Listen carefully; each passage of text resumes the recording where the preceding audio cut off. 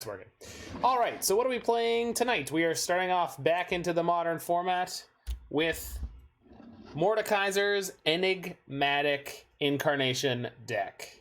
So Enigmatic Incarnation, for those who did not play any standard or historic, is a 4 CMC 2 green-blue enchantment that says at the beginning of your end step, you may sacrifice another enchantment. If you do, search your library for a creature card with converted mana cost equal to 1 plus the sacrificed enchantment's converted mana cost, put that card onto the battlefield and shuffle your library. So what that translates to is you sacrifice an enchantment and you get a creature that costs 1 more than that enchantment. So, to wit, we've got 4 Abundant Growth and 4 Utopia Sprawl here. So all of these cards can be sacrificed and turned into 2-cost creatures. Hey, Brian, hope things are well with you. So we can turn that into Brain Maggot, Charming Prince, Scavenging Ooze, Meddling Mage, Spellskite, all of these fine folks. Then our 2 mana, and Phantasmal Image. Our 2 mana enchantments, Omen of the Forge, Lithoform Blight, Spreading Seas, and Omen of the Seas. Notice that all of these have enter the battlefield triggers that are in some way useful. All of these cards can be turned into 3 mana creatures. Skyclave Apparition, Glasspool Mimic, Magus of the Moon, Eternal Witness, Deputy of Detention, and Reflector Mage. Lurrus of the Dream Den, Kitchen Finks. Very much a baller card in here. Renegade Rallier, this is a 3 mana 3/2 with Revolt, so if a permanent that you control has left the battlefield this turn, you get to return target permanent with converted mana cost 2 or less from your graveyard to the battlefield, like the one that you just sacrificed. And then up at 4 CMC, we've got DJ Calix. So Calix is like Tezzeret, Agent of Bolas, but for enchantments. He can't turn enchantments into 5/5 creatures, but he can turn enchantments into knockoff versions of Oblivion Ring. So his +1 is look at the top 4 cards of your library. You can reveal an enchantment card from among them, put that card into your hand, the rest on the bottom in the random order. This is not super likely to hit in this deck, although it's more likely than many other decks. -3, exile target creature or enchantment you don't control until target enchantment you do control leaves the battlefield. This is the mode I was talking about. It's kind of like an O-ring.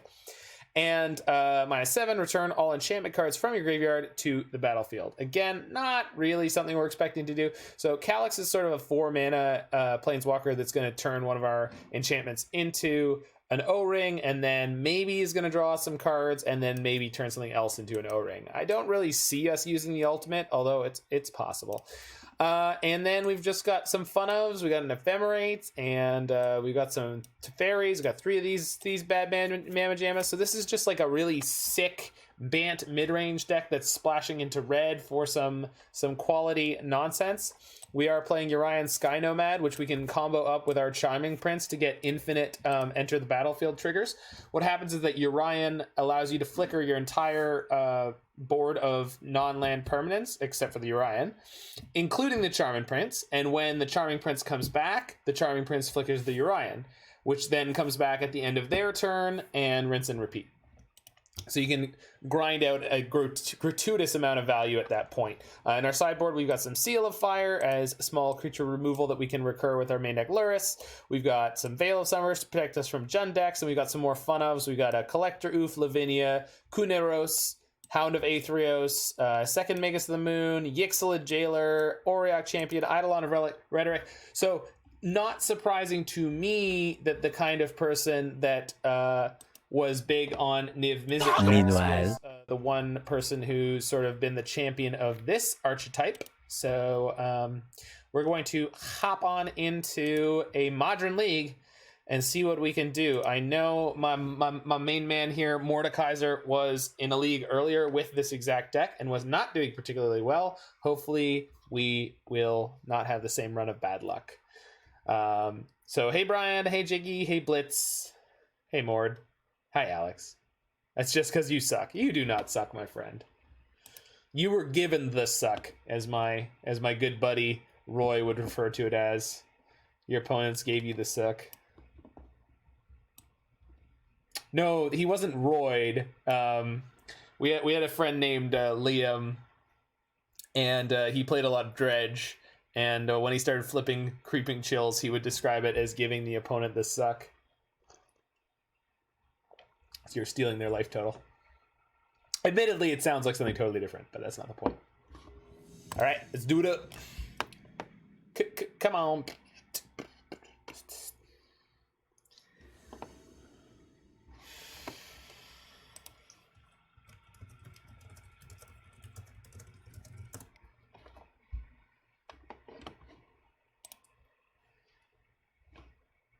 All right, on the draw with our Urian deck, not normally where I'd like to be. And we have a Yabad draw. Let's mulligan.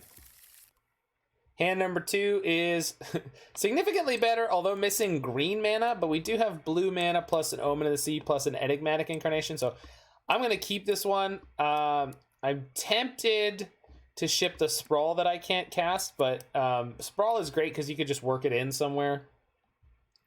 If we're against an aggressive deck, I want both the Skyclave and the Spellskite, so I think I'm just going to tuck this Enigmatic Incarnation, just assume that by the time I need one, I'll find one. Also, being one of the more expensive cards in my deck, I would not like to draw 2 in the first few turns. So, just shaping my hand around both insulating myself against the fastest decks in the format and preparing for the worst cards that my deck could draw from me. Luckily, we drew a redundant Omen of the Seas here, so we're not going to be totally stranded.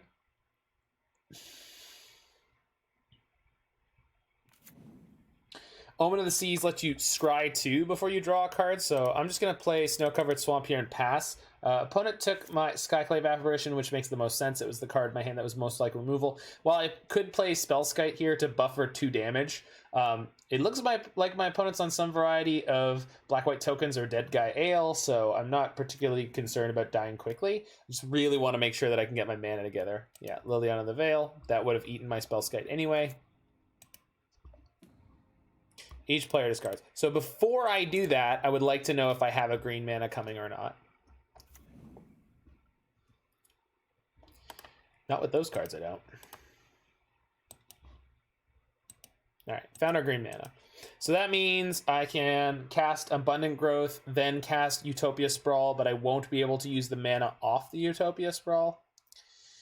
I'm tempted to pitch the Spellskite here, because playing it out just seems relatively poor at this point. We're not in the best place, but we do have a lot of stuff going on for our potential eventual Urian, so maybe that'll be good. Yikes. You don't love to see that. So by using Abundant Growth here, I can get myself a second green mana. Okay, Enigmatic gets us sort of cooking with propane here. Question is, would I rather play Sprawl or Omen of the Sea this turn cycle? The answer is Sprawl. We'll discard the second Sprawl to the Liliana. And then next turn, we'll get to Enigmatic into another one of our Skyclave Apparitions and eat their Liliana. Hopefully they don't have another hand disruption spell, although it's extremely likely that they do.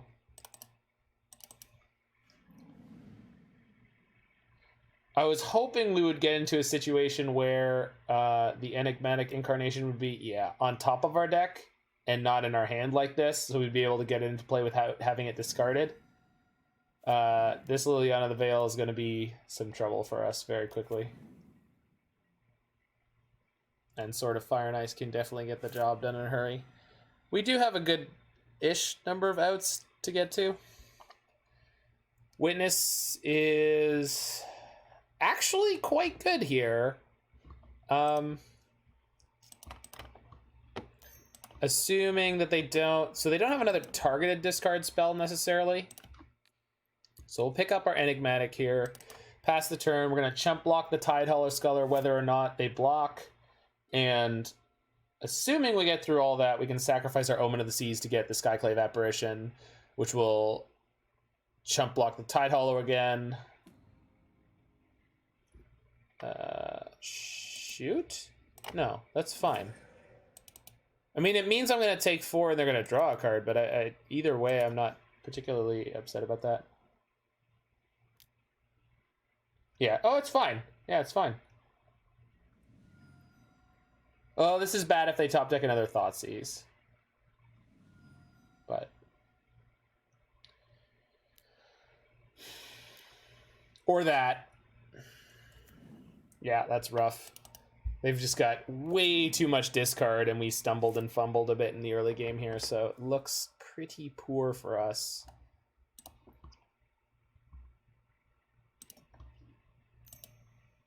Howdy there, Brian.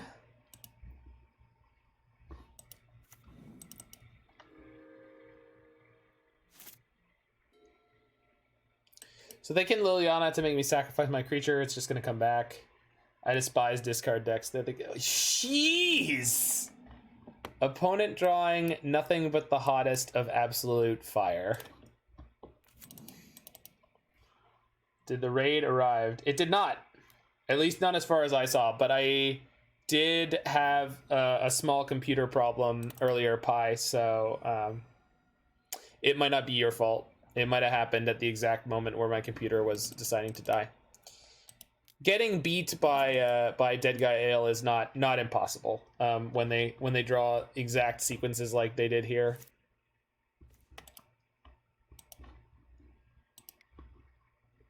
Okay. You 5-0'd with Belcher. Yay! Alrighty. So Magus seems really good here. They were almost entirely non-basics there. And Seal of Fire will be good to get the Tidehauler Scullers off the battlefield, although Veil might be better. Maybe Veil on the play, Seal of Fire on the draw, or maybe we can play both. So I'm thinking... so Spellskite's not very good. They have infinite amounts of removal.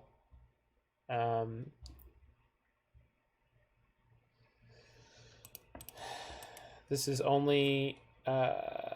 not so you can get creatures with Brain Maggot. Good. I feel like Birds is probably not great here. Just eats a piece of removal. Although that game they were all discard. That was crazy. So maybe we can keep the Birds. Go down some. Yeah.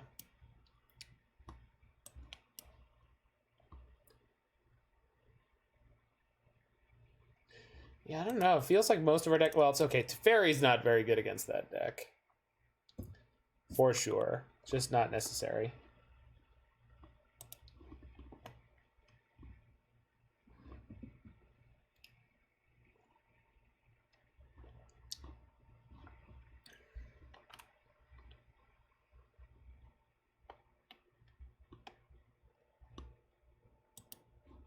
All right.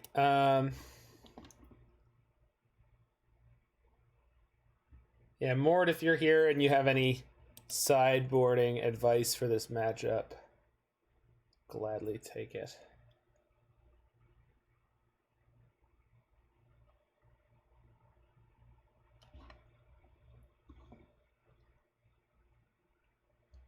No, it's all good.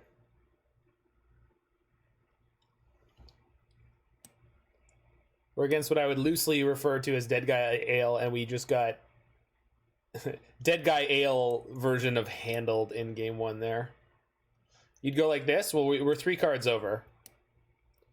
I kind of want to cut some Birds. And then... take out 2 Birds and a... oh, Blight. Yeah, Lithoform Blight. That's true. Yeah. Yeah, thank you.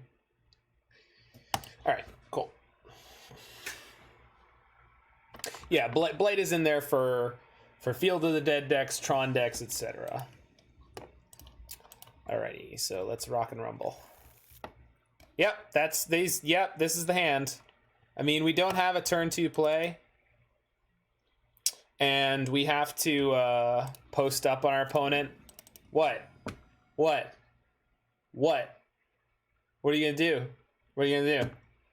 Turn 1 discard spell? Huh? Is that how you're gonna play this? Huh? Do you have the guts? You don't have the guts.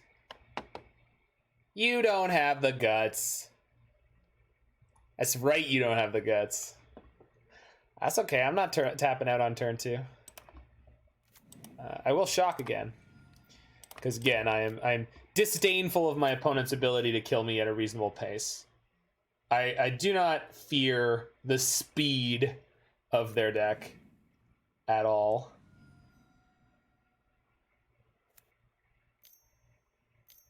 Tide Hauler? Sure. So you can veil this. You'll get to draw a card. Yeah. And they will not get to take a card. So they do get to get a creature. So it's not quite the same level of brutal 2-for-1 that it can be. But we take those here. We take those. I'm pretty sure I'm just casting Uro here. I wish I had a 2 or 3 CMC enchantment. Although we don't have any 3 CMC enchantments. I wish I had 2 CMC enchantment, but I think we just get Uro into our graveyard.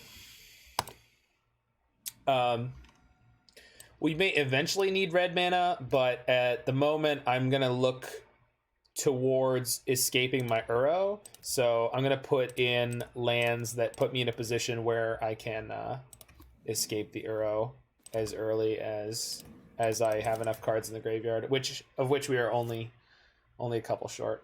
So I want to fetch another white Anna somewhere along the way here.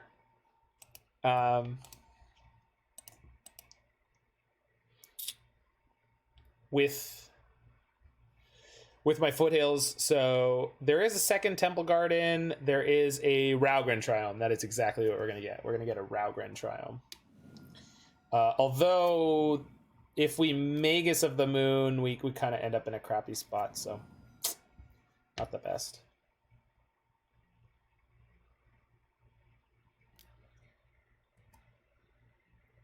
We can throw down the DJ Calix here to exile their Stoneforge Mystic, although we will immediately lose him to them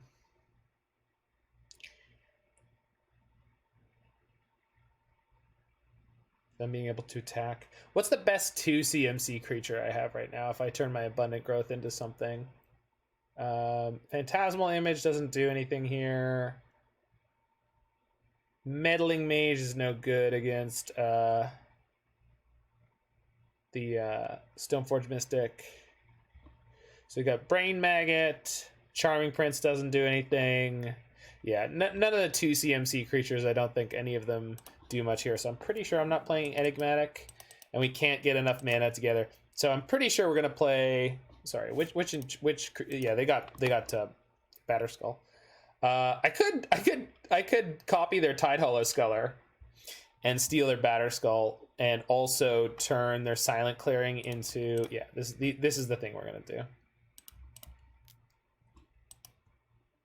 So they'd have to have a pretty specific draw to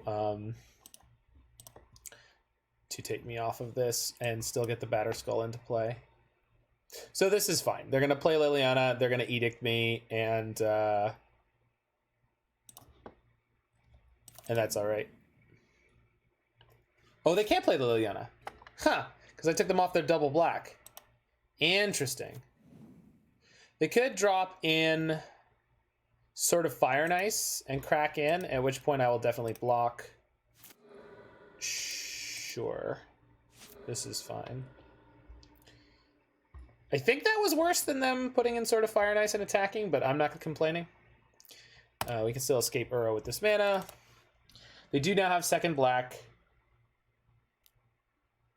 Not dropping in their sword aggressively, because if I block, they'll be able to drop in their Batterskull on this turn cycle. So if we Enigmatic into 3 CMC, while we can eat their Stoneforge Mystic with a Skyclave Apparition that does not actually put me in too good of a spot because look at their Batterskull, we could get Renegade Rallier for nothing in particular. I mean, it could draw me a card or ramp me a mana, but it's not super useful.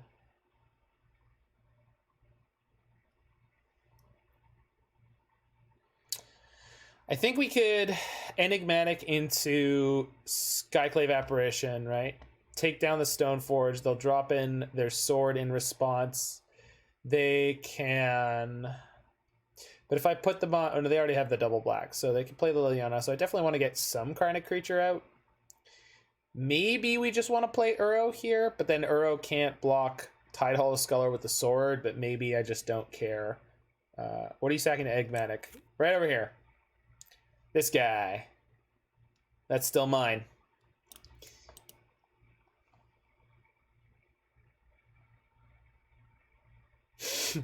This guy. Right here. Alright, so... And then if we give them back their Batter Skull... yeah. Alright. So I gotta put Sprawl here for another green if I want to cast Sprawl this turn, which I do. Let's put Sprawl here, go for another green.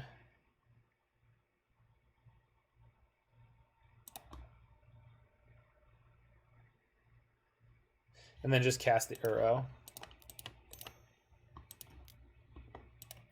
So, Uro can't block a Sword of Fire and Ice, but the Tidehollow Sculler can. Also, even if Uro gets forced to block the Sword of Fire and Ice, it doesn't actually end up being that bad for me. I'm leaving in Prismatic Vista for my Renegade Rallier to pick up, if I get one. Or would I rather have a free card? Maybe I'd rather have a free card than mana at this point. So let's just put the Uro out. So we'll see how this turn develops. We do have to try to be aware of their ability to drop in the Liliana. So they can put the sword in at end of turn. I know they have a Field of... No, they cracked the Field of Ruin. So I do not know if they have another land. If they have another land, this is going to be better for them. If they don't, then we kind of get out... Shoot. All right. Well, they shouldn't have played the land out as early as they did, because now I just know how this turn's going to go down. So they attack with the Sculler. I chump block with my Sculler. Then they play Liliana and Edict my Uro. But this is, you know, this is fine. Am I happy about it? No, I'm not happy about it. We're going to be okay. What? Oh, they want to drop the Batter Skull in? Sure.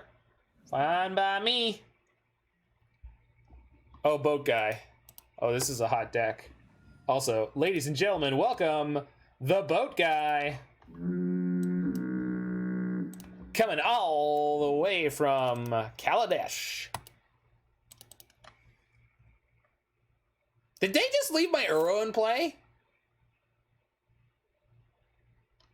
Dear opponent, are you drunk? There's an upkeep stop. I don't like it. Okay. Okay. Okay, so... Well, I might as well attack first. I mean, they can drop in a Batter Skull, but I'm happy with free cards.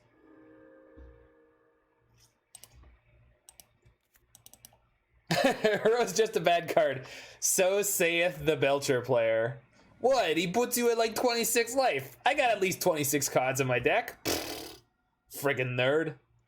Alright, so we get Enigmatic and Enigmatic. I have a 2 CMC and a 1 CMC. So I can get Phantasmal Image. I can get Meddling Mage for Liliana. Sorry, I'm getting Phantasmal Image with a Renegade Rallier. And we can also Meddling Mage their Liliana. I think that's a good idea.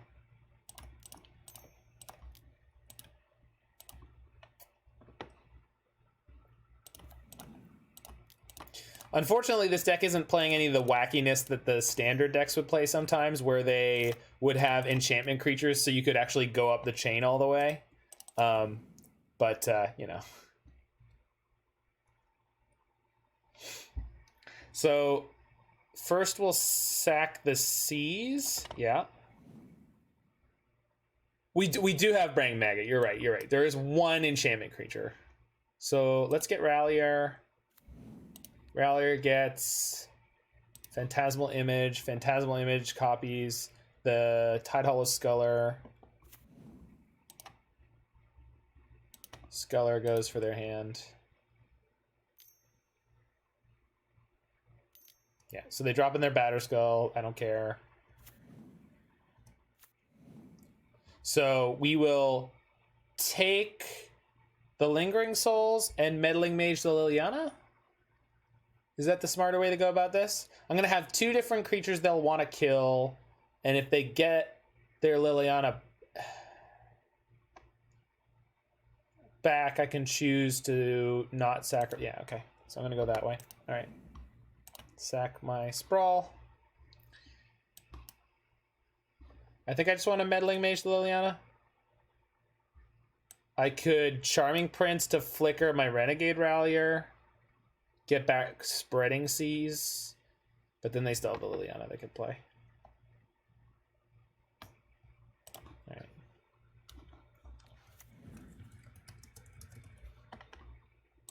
I don't know if this is the right way to do things, but it was certainly excellently sweet. Freaking awesome.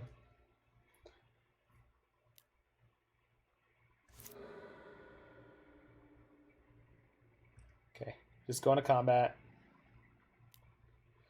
So I only have one creature that can block the Tidehello Sculler, which is Renegade Rallier, so we'll do that. I'm just going to take 4.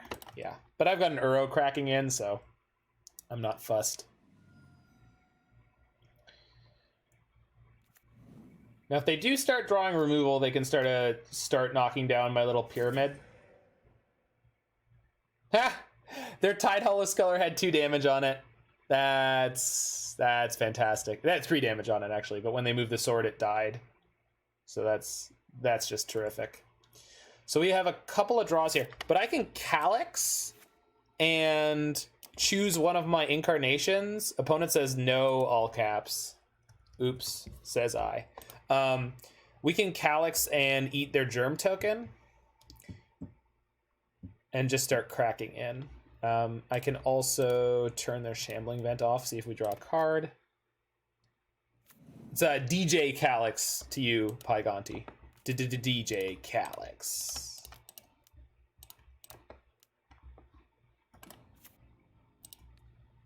Okay, we're exiling that. And we are making this Enigmatic Incarnation into the O-Ring. Hey man, you better watch out. You're gonna bust out your O-Ring. All right. So they can give their creature protection from blue and red. Okay. Hey. He's like the enchantment version of Tezzeret, Agent of Bolas. Except he's from a totally different era where cards were terrible. And then we'll sack our Spreading Seas and we will win the game. Yeah, opponent conceded. You better watch your cornhole, buddy.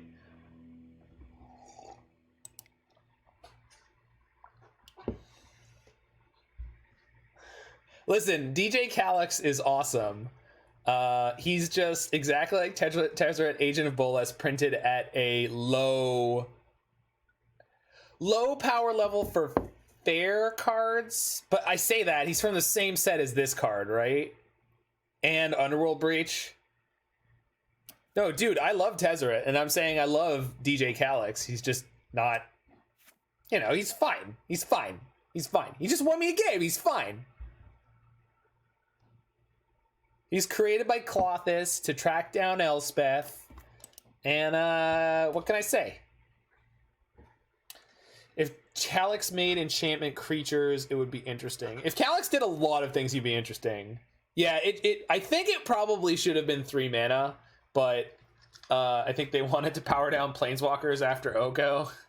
And turns out the cards they missed were like Underworld Breach. I'll be back in 1 second.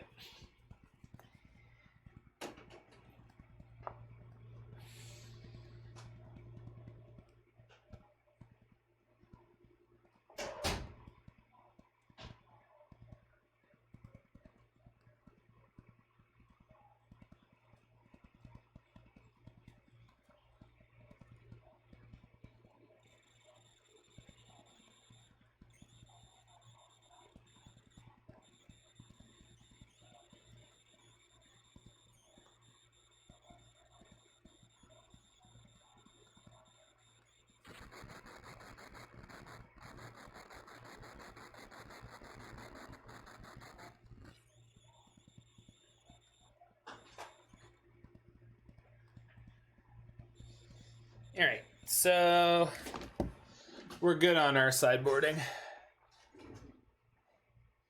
Nobody knew Underworld Breach could be broken.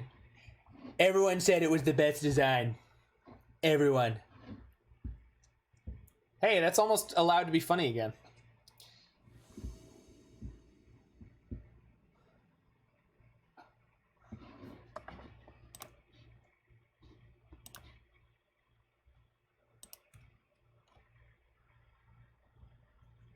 All right, this hand is basically perfect. Lock and load, baby.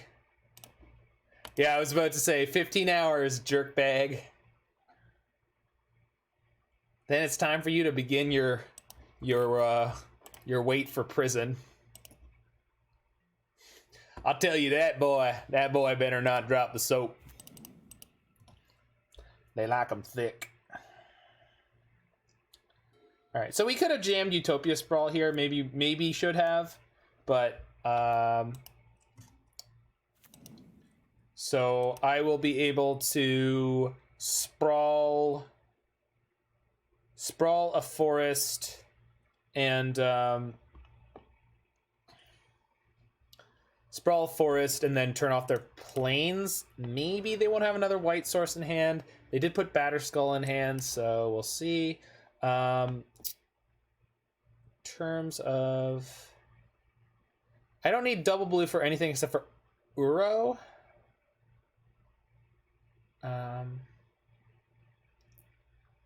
Because I need to have blue and white over this next turn. I do need double white for Skyclave, but it's just not something I can worry that much about right now.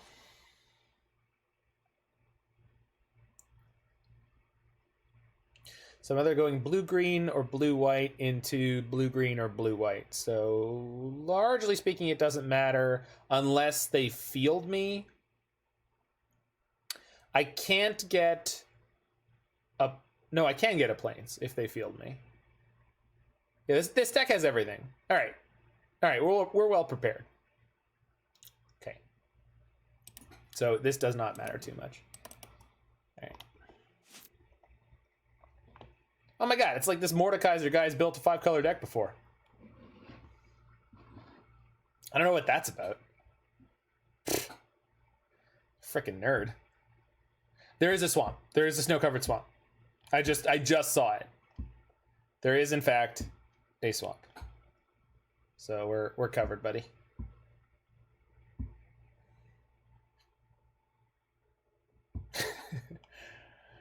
And if Jason, if you're still here, that is without a doubt one of my favorite movies, and Lawrence has got to be my most quoted character.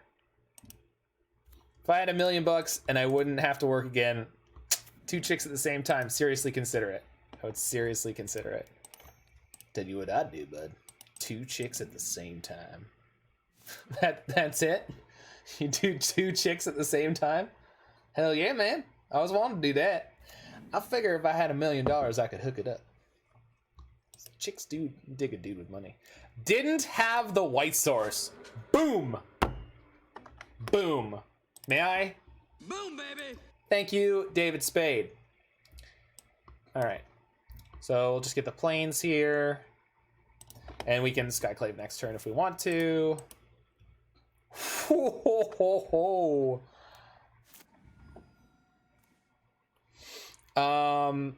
So I think I just Skyclave their Stoneforge, and then this Batterskull is not on the menu. Meat's back on the menu, but not Batterskull. Alternatively, I could just slow roll, but I don't need to do that. So again, always want to be fetching green or blue where I can in case I get to Uro. So let's just go Temple Garden, shock it. I have to float an extra 1 here, but if I am going to float an extra 1 here, let's leave up a green in case they have some kind of strange removal spell I'm not thinking of. What's the best Lord of the Rings movie? Ooh.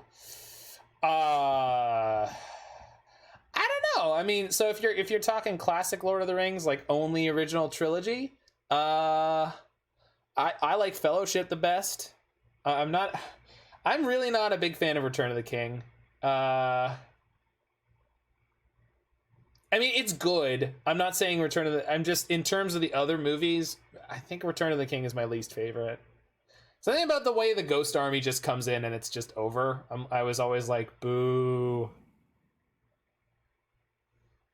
There's something incredibly, like, lackluster. Hey, we got J.K. Torborg with the Party of One. You can run, but you can't glide. Oh, everyone who's here should know I have contacted an artist who did work for my good friend for emotes. So we're gonna have real emotes someday soon. We're gonna be a big boy because I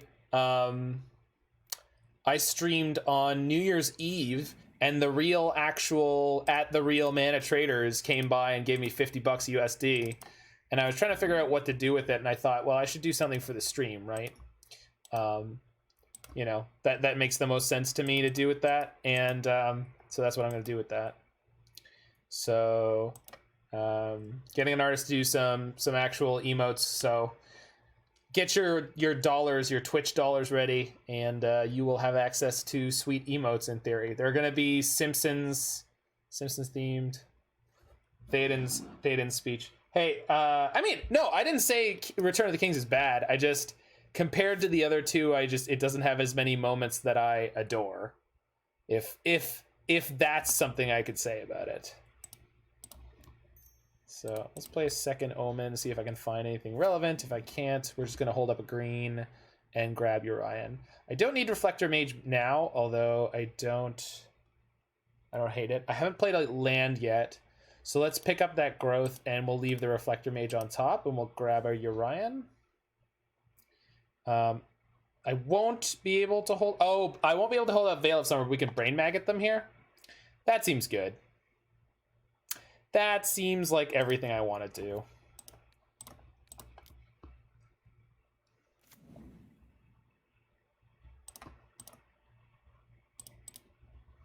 Brain Maggot.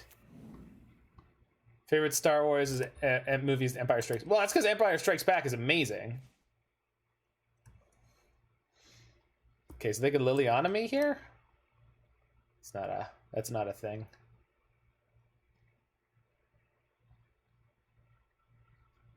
If they Liliana me, we sack. Oh, probably the Brain Maggot. Just not care so much. Oh, I have the green mana open, so if they Liliana me, I don't even have to sack anything on a draw card. Yeah, that seems good. All right. Empire is the best Star Wars movie. So with Star Wars, it's impossible for me to say. I like all three of the of episode 4, 5, and 6 pretty equally hugely. I really, really, really, really like all of those movies. I do. Like, I'm not gonna... New Hope, then Empire, and Return. They're literally in order. Well, so the New Hope versus Empire argument is always well, not always, but I mean, I think it's interesting in that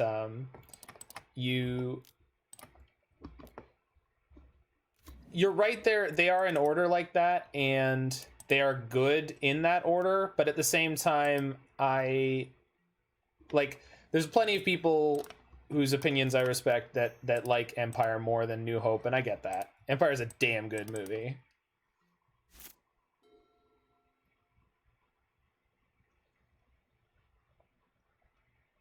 The way it expands on the sort of Star Wars universe without crapifying it is great. Hey, look, we did the thing that our deck was supposed to do. We ate our opponent alive with our infinite value.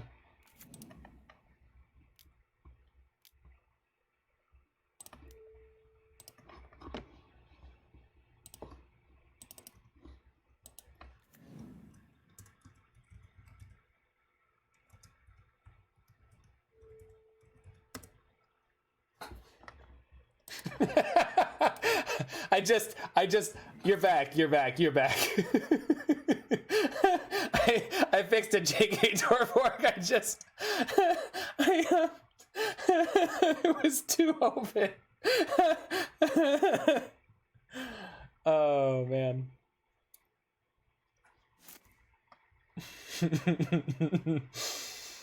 So I can Urian and Enigmatic Incarnation here, and I know I could time out if I try to think about it too hard about what I want to do with it. That said,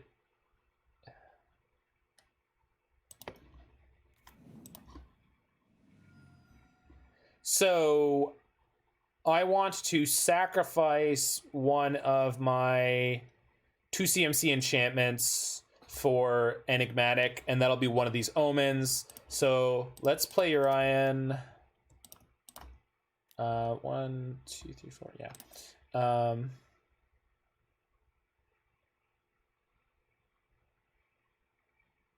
I still have the colors here, good. So we'll play Urian, we'll go Flicker, Reflector Mage, Flicker Omen, Flicker Abundant Growth. What color is this on? Blue? Good, okay. Flicker Spreading Seas. That's fine. Play Enigmatic. Go end of turn. So let's let everything come back first. Okay. So I did it backwards. This is what I was prepared. Yeah. So yeah, was it Rise of Skywalker? Rise of Skywalker could have been a great movie. The fact that it was a train wreck, just like Revenge of the Sith. Is that the the third? Yeah, Revenge of the Sith. Revenge of the Sith and Rise of Skywalker are the two, in my opinion, the two worst Star Wars movies of all time, and basically they can never be dethroned because both of them had the potential to be very, very, very, very reasonable, great movies. You know, whatever you said about the rest of the, you know, chunk of the franchise that they were from, those movies could have pulled it all together, and they didn't. They're both god awful on levels that I don't even. There's just no comparison. They're both terrible in their own right, and I don't. Yeah, they're both just god awful movies. They're terrible. There's no justice. So I wasn't even reading chat there. I was just going off while I was trying to figure out what I was doing. I'm pretty sure we just won, by the way. Revenge of the Sith is not a bad movie. It's a terrible movie, in my opinion. In my opinion, it's a terrible movie. Terrible movie. Because all the scenes where you're supposed to, each opponent sacks a creature, make a 1/1. Okay.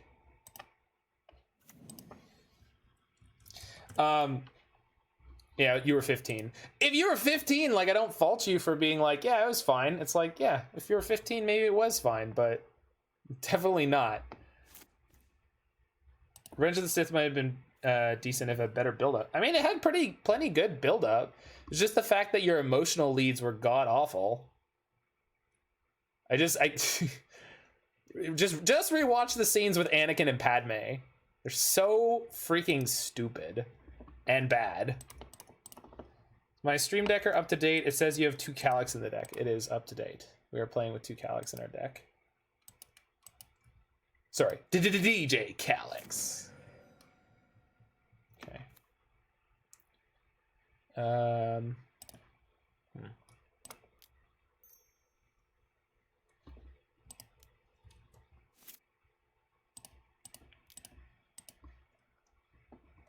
Opponent's at 4. I cannot quite kill them. Cards I am worried about out of their hand. I know they have 2 Lilianas. I have a Veil of Summer. Let's just name Liliana anyway. And then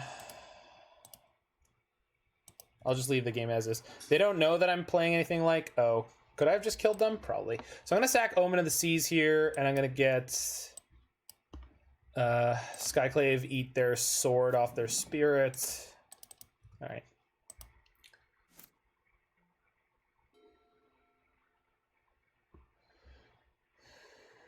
I think I think Star Wars Episode 1 by itself, by the way, is an almost okay movie, and it's actually the best of that chunk of the franchise when you go back and watch it.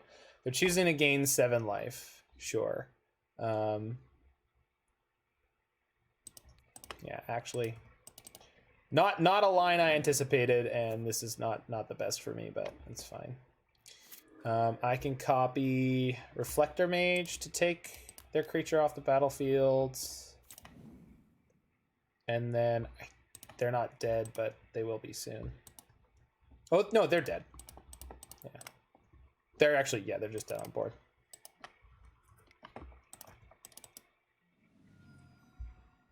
Jar Jar was the comic relief for the youth. Exactly. Like, it was what it was supposed to be, right? I mean, the only good thing in episode 1... No, the pod racing scene is freaking amazing! Jar Jar Binks is offensive, and the whatchamacalleds are offensive. The Trade Federation dudes are offensive.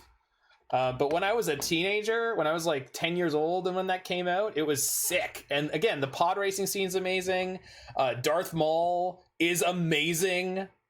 Like, the whole fight scene with Darth Maul and Obi-Wan and Qui-Gon, freaking amazing. The space battle's fantastic. And, you know, young Anakin is fine. But a lot of the other stuff was good. Watto was a great character. I liked Watto. Yeah, but Pi, at least the good parts of episode 1 outweigh it so heavily, and then like the serious plot elements are actually good, because the problem with episode 2 and 3 is so much of the serious plot elements are tied up in Anakin and Padme, and it's just like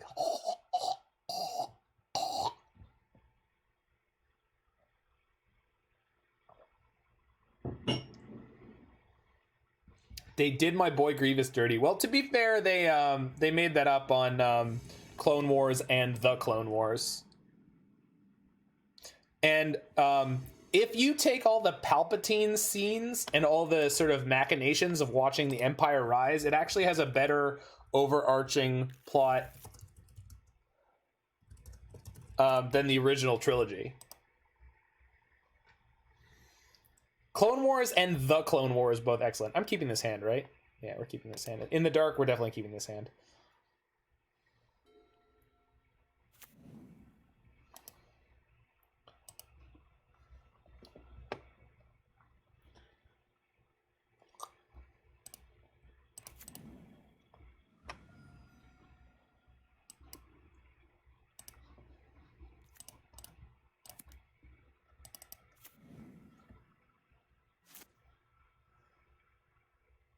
The only thing you need to do with Star Wars Clone Wars by Genndy Tartakovsky is make sure you get some kind of DVD cut, because the TV cut is terrible, because every single episode starts with on the last episode of Star Wars Clone Wars and ends with next time on Star Wars Clone Wars. No, whatever Disney Plus has, just make sure it's not a garbage cut. And I'm not talking about the CGI animated The Clone Wars. I'm talking about the animated one called Genndy Tartakovsky's Clone Wars, which is somewhat harder to find and has a lot less seasons. I think it's 3. All right, what am I doing here? Charming Prince? Just jamming a Charming Prince? No, we'll just wait and EOT Omen. Because it looks like they have mana open for a remand or a mana leak, so I'll just EOT Omen here. Looks like my opening keep of Magus of the Moon is not going to get the sick payoff, but that's all right. Not too worried about it.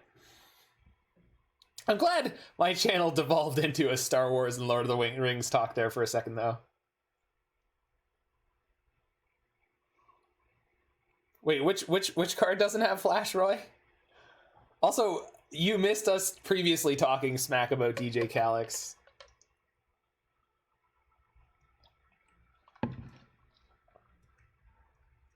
Abundant Growth is basically Astrolabe Change Your Mind. I mean, I'm not going to bother, but it's not.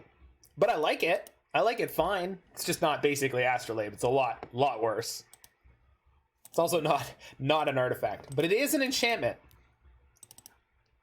I like Calix. He's not great, though. Yeah. I don't need him to be great. Yeah, we're just bottoming both of those. I got more than enough lands. Yikes! The Flood. Okay, we're against Jeskai something? Doesn't look like Blood Sun because they wouldn't play Mystic Sanctuary.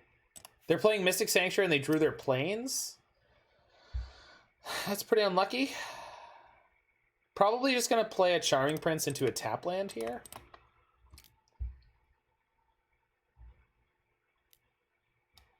I don't think he was here by... Oh. Some kind of tempo deck, huh? Okay, okay, okay. I flips with that. I can add colored mana under Blood Moon. Sure, I just don't think Blood Mooning them right now is necessarily something I wanted to... Yikes! Oh, boy. Okay. Well, here's my redundant creature.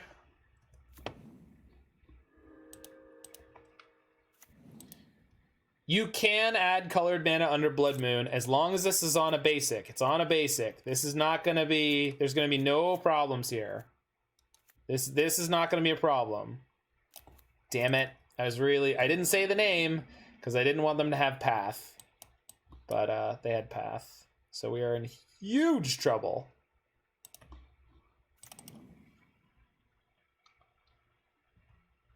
But again, if you have Abundant Growth on a non-basic and the Blood Moon comes down afterwards, right?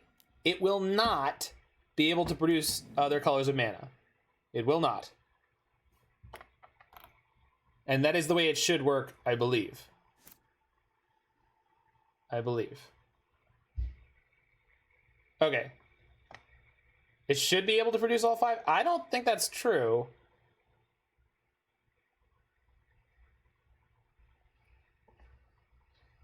All right, are we just dead here? All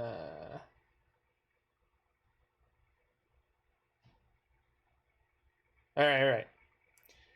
I don't want to get distracted from playing the game right here. Oh, so they went Stoneforge into sort of Feast and Famine. Yikes.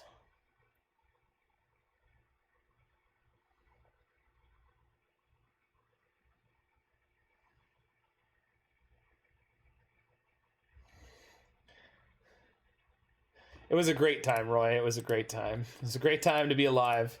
Great time to be a member of the Mana Symbol Nation. Oh man, Mana Silex. We had some good times, Mana Silex and me. So I'm just dead here? Because they can equip sort of Feast and Famine. Yeah. You knew what you were doing. You knew what you were doing. Well, we went down for game 1 last round. So perhaps that speaks well of how this one is going to go. So I think I want these 5 cards. Although Seal of Fire is not great here, huh? This generally feels like this is going to be a bad matchup. Grab Pokemon? You talk about Kunaros?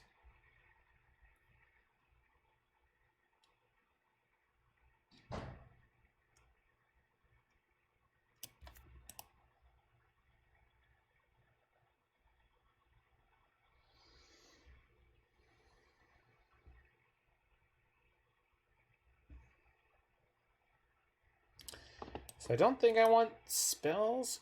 Yeah, no, we were super dead.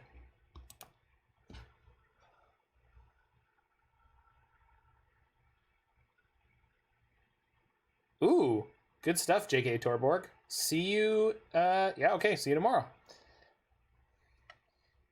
Veil. So Veil doesn't work against Spell Queller, and it doesn't work against Path to Exile, and it doesn't work against what I assume are Lightning Bolts that I didn't see, and maybe Lightning Helixes that I didn't see. Feel they have Cryptic. Maybe, but yeah.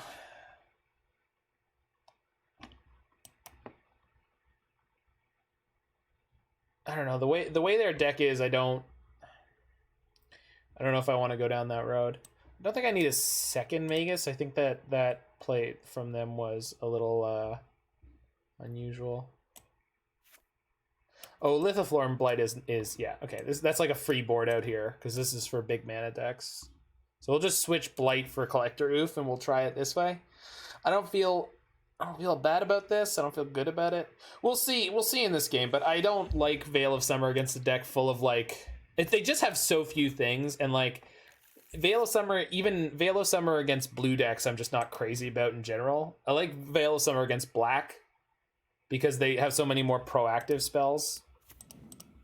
Veil of Summer against blue decks in general, I'm not a huge fan of.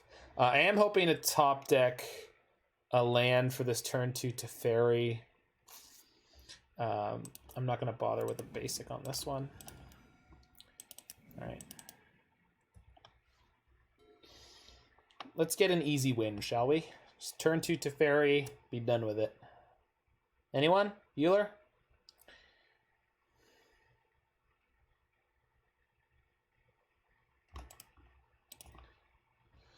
We have Omen of the Forge and Seal of Fire in our deck, neither of which kill spell quellers. But we have Reflector Mage, we have all sorts of reasonable tools. Ayo! Alright. Let's go get him. X gonna give it to ya.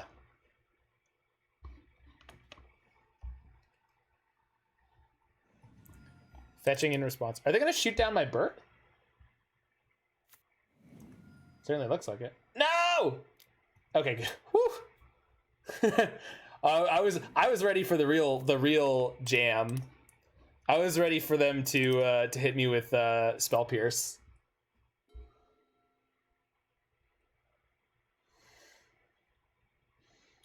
Omen of the Sun over the Forge.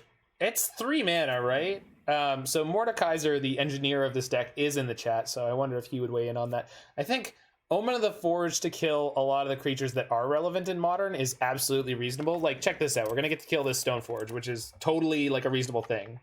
So, I'm not saying that the 2 mana burn spells are necessarily bad in our deck or anything. I'm just saying it's unfortunate that we can't deal 3 damage against the deck that is chosen to register the card Spell Queller. I think we're just going to go Bird into Omen here and pick off the Stoneforge to stop them from being particularly efficient this turn. We can Teferi bounce our Omen next turn if we need to. I want to keep Teferi as high. No, not all the Omens are 2. Some of them are 3 and some of them are 1. The black one is 1. Because it's Animate Dead? No. Reanimate Dead? What the hell is that card called? Just pick up a creature out of your graveyard. Raise Dead. Raise Dead. Raise Dead.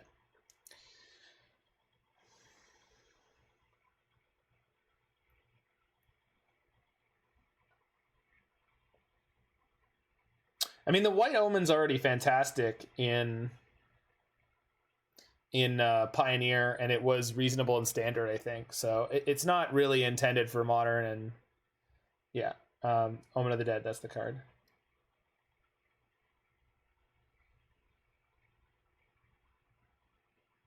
Black Omen's almost playable. Hey, it 5-0'd, Mord.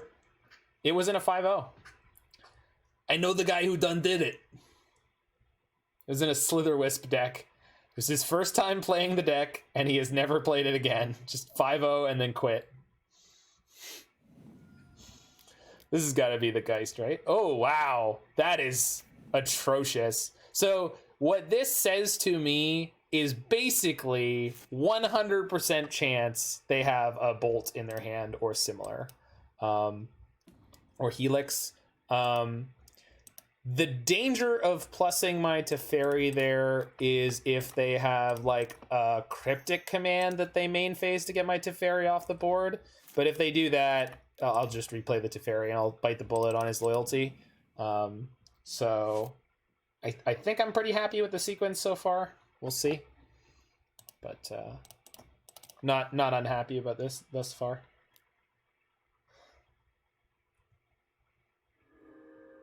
Not saying. Just saying. Not saying. Just Super Saiyan. The thing is, I think Helix or Bolt, right? So I can't Meddling Mage both. It's just so I'm not just gonna play a guessing game there. You know what I mean? Like that's just not. I wouldn't think that would be worth it. So this turn we'll tick down to Fairy to bounce the sword, and the next turn we'll tick down to Fairy again, and we'll play Urian and flicker him. So let's play Kitchen Finks, and I think we'll Meddling Mage Bolt. Yeah, that's what I'm doing, Mord. Sorry, I'm just unlike you, I don't have the luxury of just getting to play my stuff and only explain it if someone asks. So I'm trying to proactively describe things to people that may or may not be watching. Meddling Mage Boat. Bolt. Yeah. That's what I'm naming. Because they just cast a Lightning Helix, so they are less likely to have one and more likely to have Lightning Bolt. Also, if they have a Lightning Helix to remove my Meddling Mage and get him off of Bolt, that costs them more mana. So it works twice as well for me, sort of. Get him coming and going. I love it. So this Urian is going to be thick, huh? It's going to be a big boy. Many value. Opponent stuck with 7 cards in hand. Yay, turn 2 to fairies. Fair and balanced magic cards. Ooh. Oh, you hate to see it. Okay. So if I flicker my whole board, including my Teferi, what's the worst thing they can do to me on 2 mana? Well, technically, it's, what do you call it? Aspiring Spike's spell. Tail's End. They could Tail's End my Urian trigger, which now that I've said it, you know, I've wished that evil upon myself, but I don't think I'm playing around Tail's End here. Backup 3 fairy? Well, backup 3 fairy is not going to help if my whole board gets evacuated, but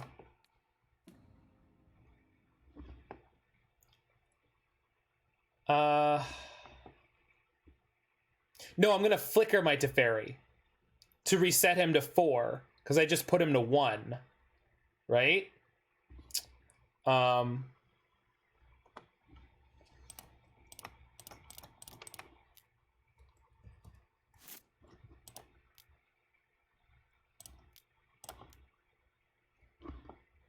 So we're going to take the high risk, high reward play here, and we'll just...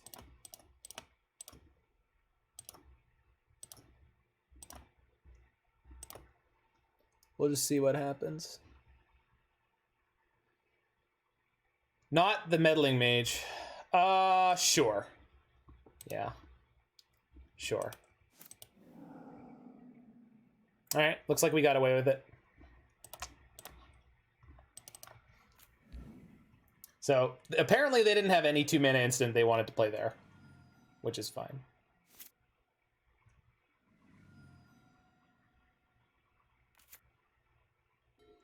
For some reason, I thought my birds would come back able to tap for mana. Not sure why. Just an idiot. Not that it would do that much for me. It would let me cast Omen of the Forge, which is what I was expecting to be able to do. Not that I need it. They're putting, what, Helix back on top? Sure.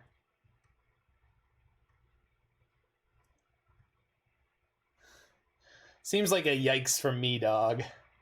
Seems like a yikes from me. Oh, no. Oh, that's not gonna do it. Clique me. Yeah, alright. You're dead on board. What are you doing? You're dead. You're dead on board. What do you do? Maybe I won't see the line. Maybe I won't see the line.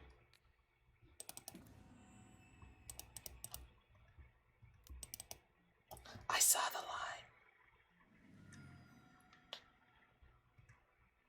line. Yay, magic. All right. Now for the hard game. Well, the other hard game.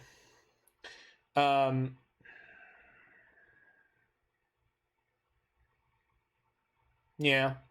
Yeah, the thing about boarding in Veil of Summer against the Jeskai deck is it's just so likely to be really bad. Really, really bad.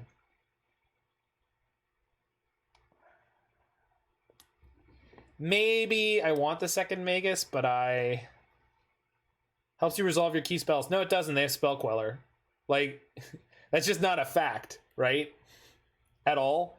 And it doesn't protect my creatures from their removal. Like, the number of cards in their deck that Veil actually works against is, like, probably 4. Maybe 6, right? It is a tempo deck. This is not we are not playing against a control deck. We're playing against Jeskai Tempo. That is the deck that is the archetype we're playing against. It is half burn, half creature mid-range. I'm shocked I haven't seen a Snapcaster yet, but I guess that game there wasn't going to be one, and in the first game they just killed me way too fast. But Spell Queller and Spell Queller to fairies, Lightning Bolts, Lightning Helixes, and like they're playing Mystic Sanctuary, so I wouldn't be surprised if their 75 had like 2 cryptic commands in it somewhere. But it also doesn't seem like they have a consistent source of card draw in any way, so Cryptic Lock is not easy for them.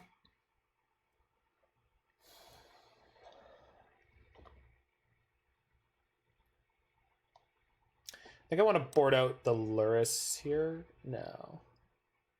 I'll board out something like it, though. Spellskite's good against all their burn spells. Phantasmal Image is just too good of a card, period.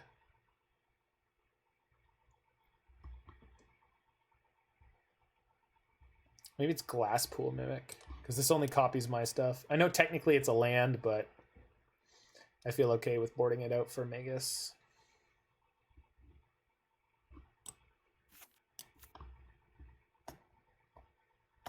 All right.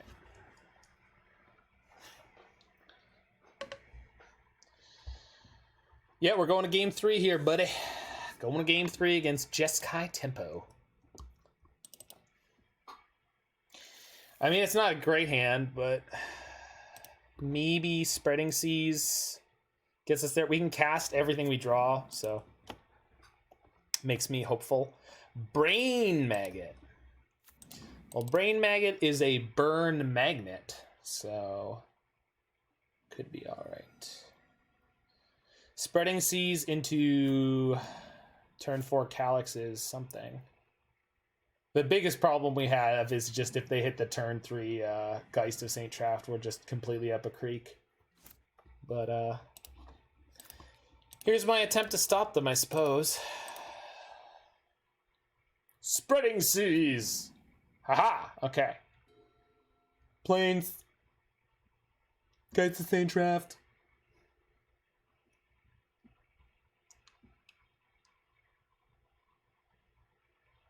Where's your Lightning Helix now, nerd? Ooh. All right, all right, all right. Now, let's top deck Magus. Bang. Close enough. I can't Brain Maggot with Ephemerate up here. That is what I would like to be able to do, but this is the wrong Triome. Still just going to jam the Brain Maggot here. Because I want to get a bead on what's in their hand. They can't Spell Queller right now. So basically, the range of things they have to deal with the Brain Maggot are like counter spells and 1-for-1 removal. Don't, no. Oh, no, it is. Okay. I didn't know when this was printed. I couldn't remember. All right. I was like, opponent, no. Hey, look, it's a trapped Geist. Oh, there's a Raugrin Triome, so they can eventually get it out. All right. Yeah. I realized once I looked at the card, Roy. I was worried about my opponent's well-being. I was trying to help them from making a mistake. Okay, so they played the Triome. They have 1 unknown otherwise. They still have a Remand, which I have no ability to deal with. So, Geist of Saint Trash. That it is not. That is not an accurate portrayal Well, there's a reason Spell Queller has a different templating, Roy. It's because it can't work that way, period. For what it needs to do, it can't do that with the new template. It's not possible.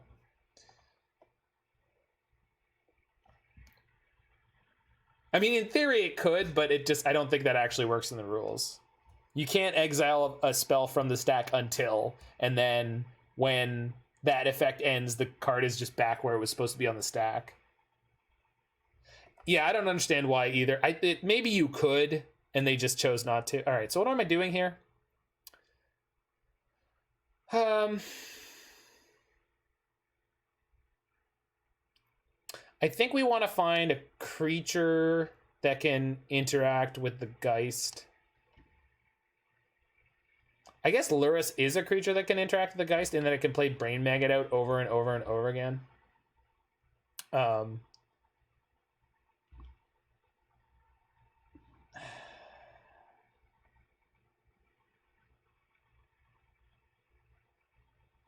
maybe I'd just rather Omen of the Seas twice here. So we'll Omen of the Seas at the end of their turn. And then if they remand it, we'll just do it again. Putting Bolt on top, sure.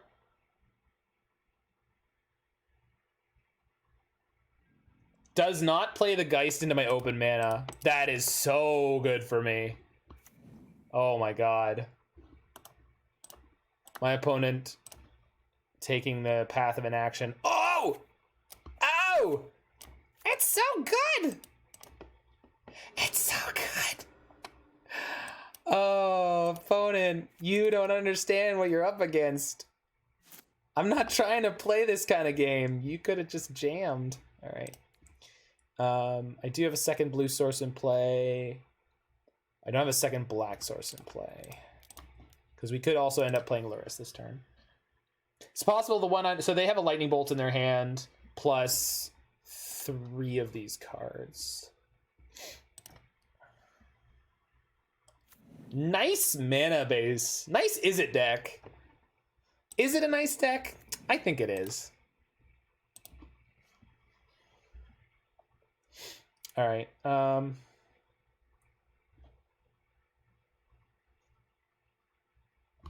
think I'll put Urian in my hand. Just to be ever so slightly mana efficient. And I'll grab a Plains. I'm doubled up on everything. I don't quite have enough in play to get an Uro, but I'm okay with that. I guess tapping down is going to incentivize them to just jam their Geist here. Uh-oh. Oh! That's a quality unknown card. Yeah. Wait, they can't jam the Geist. Sorry. Is it better to represent counterspell if they respect that? It probably was. Yeah, that's what I was thinking as soon as I realized that I did the wrong thing. But we're here now.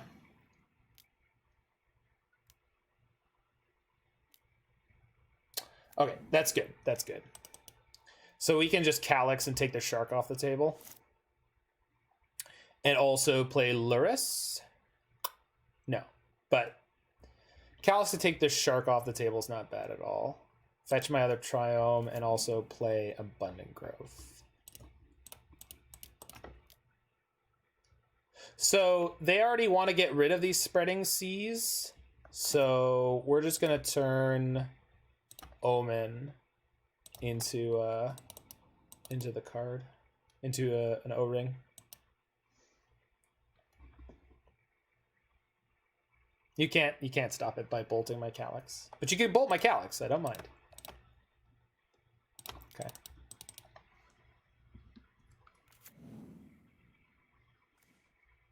Okay. That's a good one. Because these are not basic lands.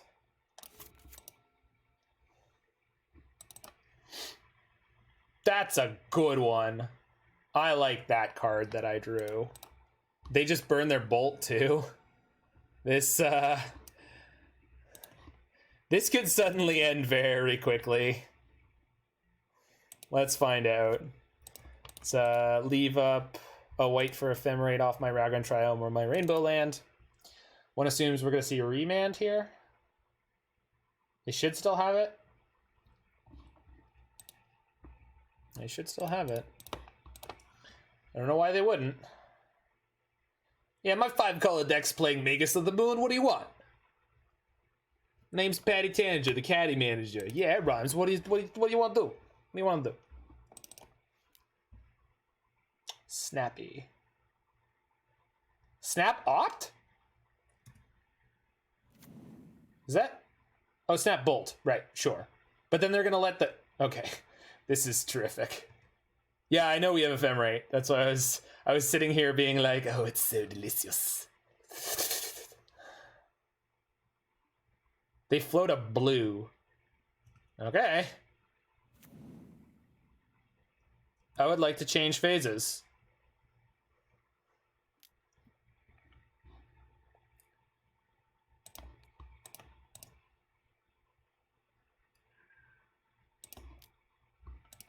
Should have left my second white up here. Should I? No, not really. Zing. Yeah, I should have left the second white up. Yeah, we screwed up. All right, that's on me. That's on me. It's not really too bad, though. Still in a good spot.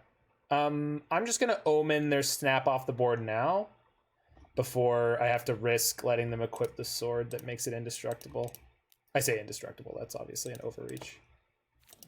We're still in a great spot here.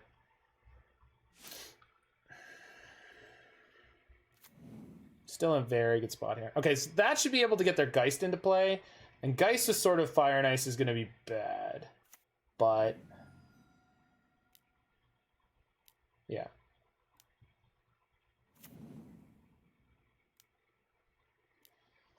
Yep. But I do have Urian to gain me basically infinite value. It can block the Angel at least once. Okay. Go Lurrus into Magus of the Moon here. No, wait. He doesn't cast things that expensive. My bad. I remembered. Don't know why. Oh, I thought it's because it's a 2/2. That's why. I can certainly go draw a lot of cards with the Urian. See where we end up. I guess we have to find it out reasonably quickly, but I can't think of a better way to do that than to do this.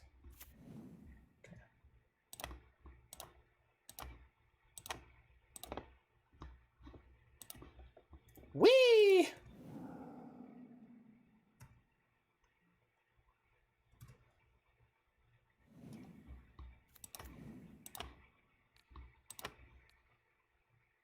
So let's just take them off.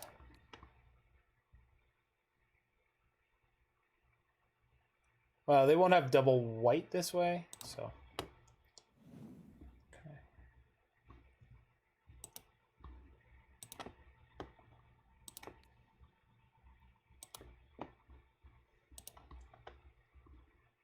Oh, I have to.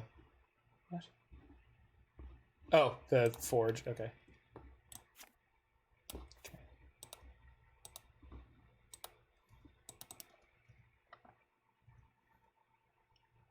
Skyclave is a useful draw. Reflector Mage also good. Not the greatest, but good.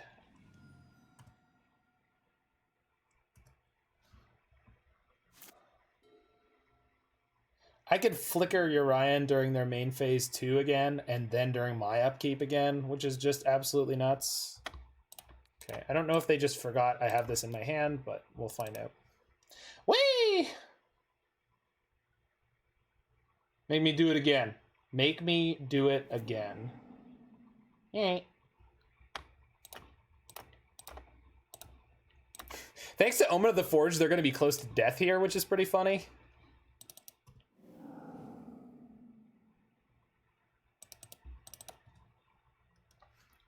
So if I block with Urian, they can kill Urian.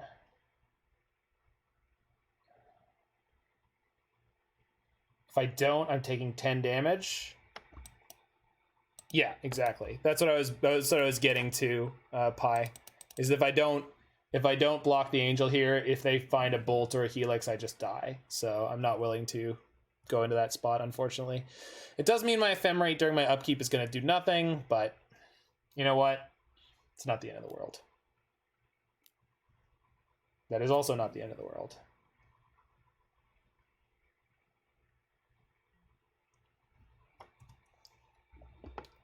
Bring it all back, baby. Bring it all back.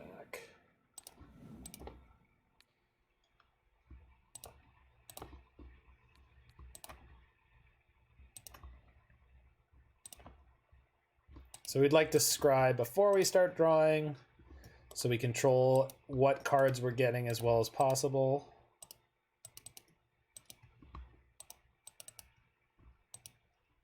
These are not the best draws. That's a good one.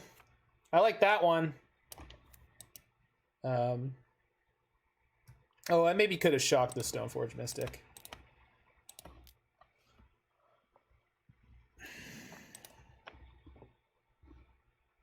Enigmatic is good here too. Let's put that on top. Womp womp. No. I'm illegal targets.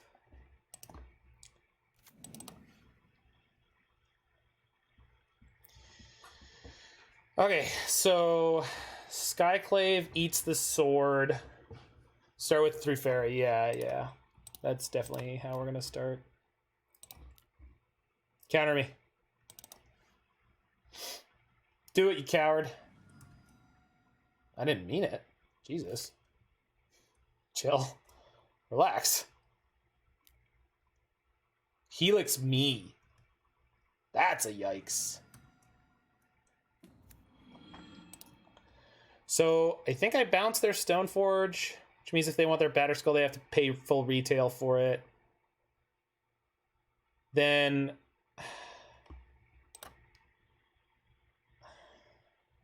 I can play Skyclave Apparition and Renegade Rallier.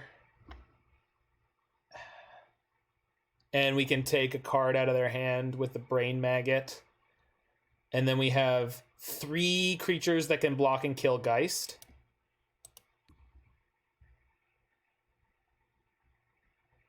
I guess leaving the Stoneforge in play to guarantee that my Teferi won't die is probably a better plan, actually. Because I don't need more cards in my hand.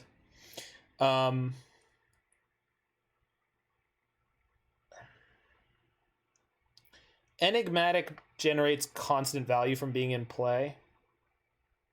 And will also get stuff out. But I would like to play 2 relevant spells this turn.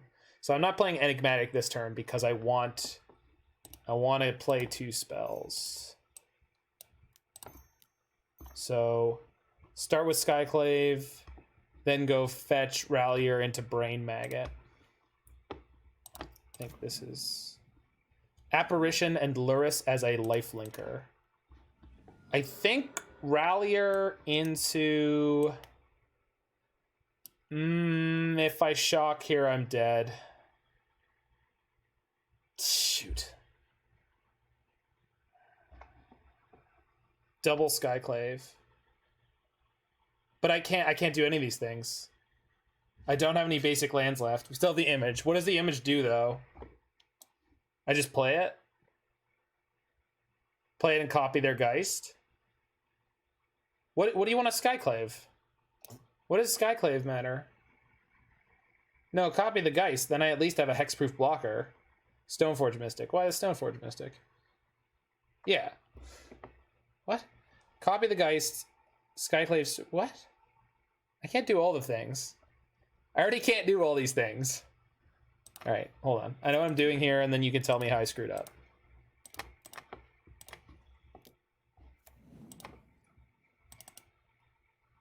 All right. So if they have a burn spell, we die. But we were already there. So If they have a burn spell, we die in a bunch of different ways, actually. Okay, they can put a burn spell on top. Can they draw it?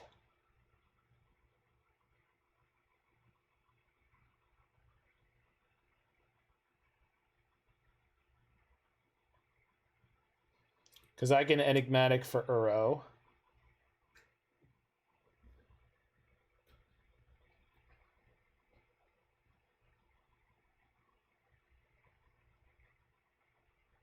I don't think they can draw it. They would have just snapped it off.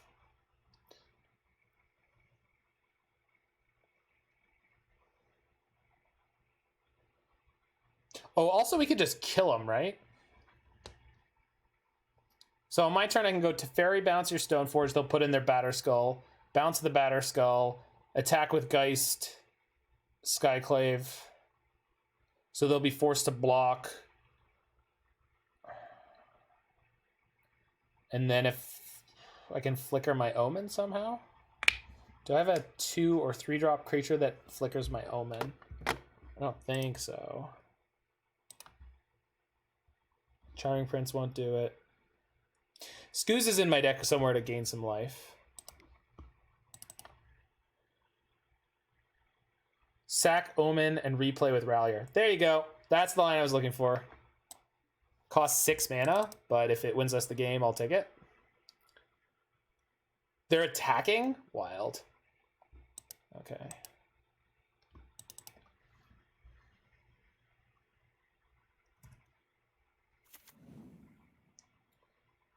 So I guess I trade my Geist for their Geist.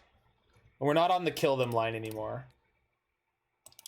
Now we're on the gain as much life as possible line. And I don't really think they have an out for it. Because I have a Teferi in play. I know they've got a Helix on top of their deck. There are... Gain an absurd amount of life. I mean, enough, right? 1, 2... What?! Oh, well, we were never going to make it anyway. I don't know what they were trying to play around there. I guess Force of Negation? Damn it. Brutal. Hold on, I'm refilling my water. Oh well, close one. Very close one. I screwed up that Magus of the Moon line, and that lost us the match.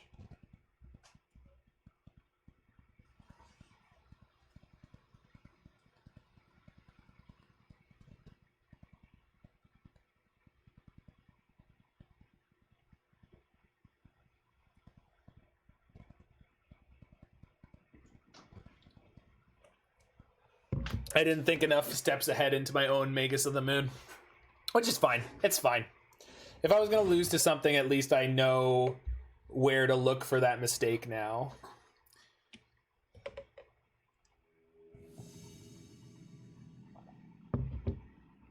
I could have Enigmatic for Charming Prince or Uro, or Scooze. Deck plays on tiny margins. I think like all reasonable modern decks, it plays on tiny margins.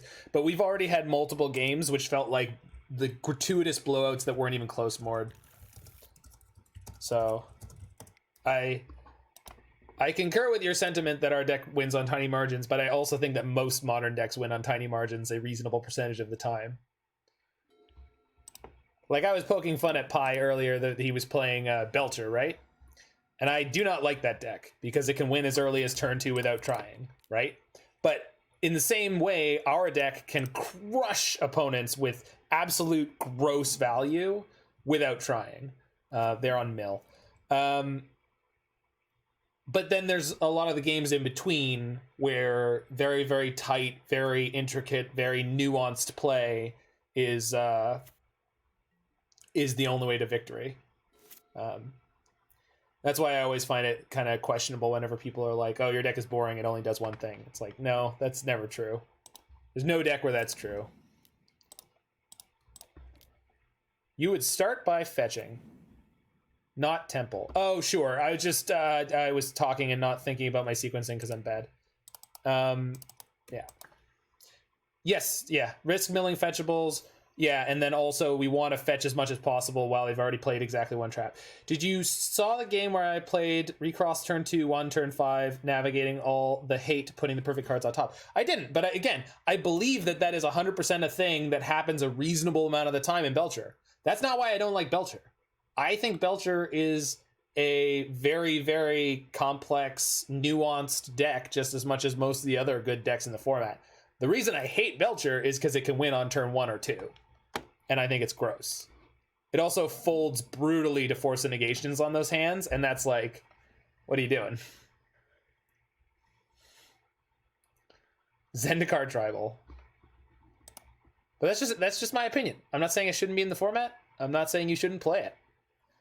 All right, so Enigmatic for Brain Maggot, assuming it's still in my deck. It is. No, it's not. Shoot. Deputy is idiots. Oh, sure. But then I'm not playing the card that's the main namesake of my deck. But you're right. You're right. You're right. You right, dog. You right. I drink your milkshake. I drink it up. Now we're going to fetch. This is ever so slightly in the wrong timing. So if they archive trap me here, it's entirely my fault. If they didn't, we move on. All right, now the fun begins. 20 turn clock. Boosh! So out of the 2 drops that are left in my main deck, there is a Scooze, which is probably worth getting, because that's got to be one of the best beat down creatures. Incarnation for Spell Skite to protect the double crab. Sure. So I guess if we weren't going for the fastest possible kill, we should make sure that they don't crack their Hedron crabs out of jail there. Deck doesn't have any other black sources, but it also doesn't have any other black cards. I have a red source in play already, so I'll just get an island. And we'll play Enigmatic. I'm gonna turn Abundant Growth into Spellskite. We get Scooze next turn. I should have left a blue up there, but I don't think my life total is going to matter. But I definitely should have left a blue up there. Easily could have done it. Yay! Our opponent didn't draw any lands and we won. Hey, remember how we didn't bring in Seal Fire before? We're bringing in Seal Fire this time. Are we? No, we have enough removal. I don't need I don't need repeated removal against them. I just need to do it. Lavinia is gross against them. Is it? No. But it's good enough against Archive Trap. I think I can board it in here. Because they're light on permanence. I kind of... So Kitchen Finks and Renegade Rallier help me beat down. So I don't really want to board them out. I'm tempted to board out the Spreading Seas, but they're actually usually kind of light on black sources. And...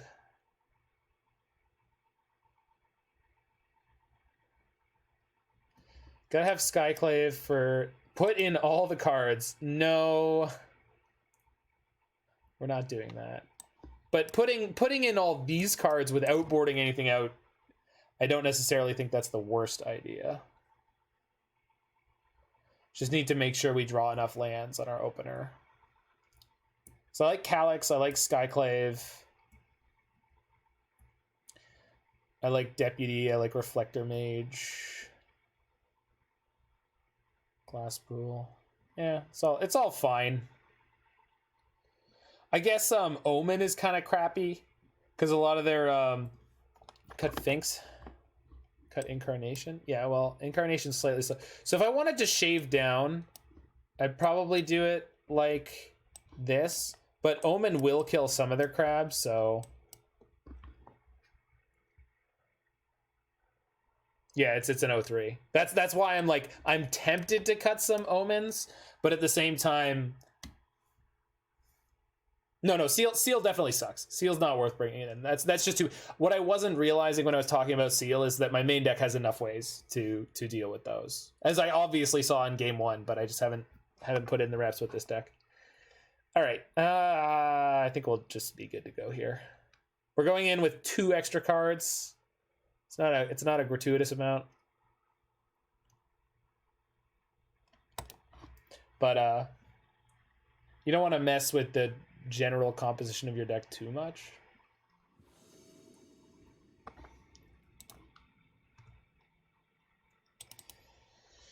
Yeah, it's a really good opener.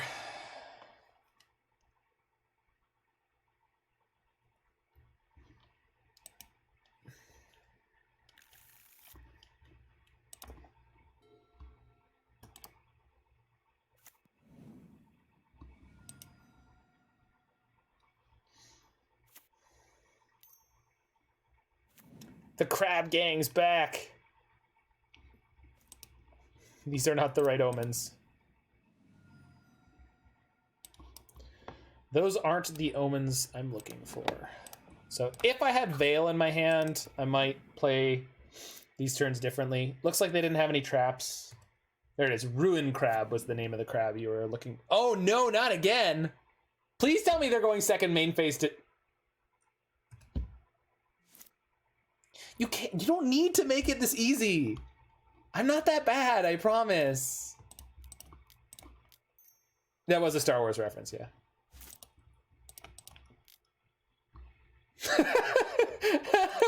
Mord, you're so cruel. Why are you so cruel? My opponent has been befallen with terrible, terrible luck. Like, come on now.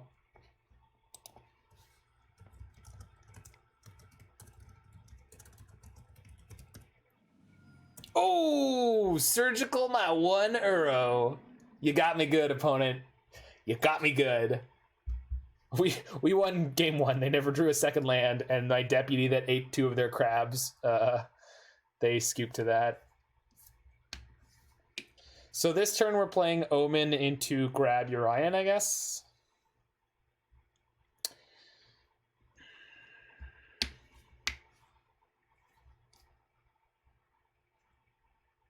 I mean, we'll see what we Omen into, but see if we Omen into anything reasonable. Oh, we're getting fielded. Or, sorry, we're getting milled here. But we could Spreading Seas their field if I'm worried about it. I'm not. We'll see how many of our basics get milled, but I'm not generally worried about it. Ooh, okay. I don't like that one. I do not like that one.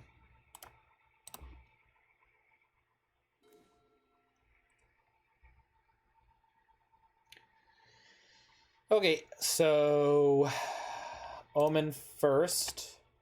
In case I draw a Triome, I would like to... I do like that one.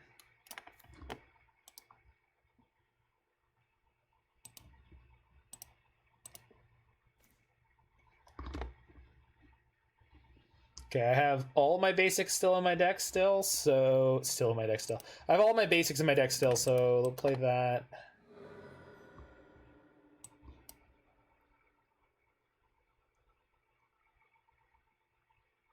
They were on 7. They were on 7. They were, in fact, on 7.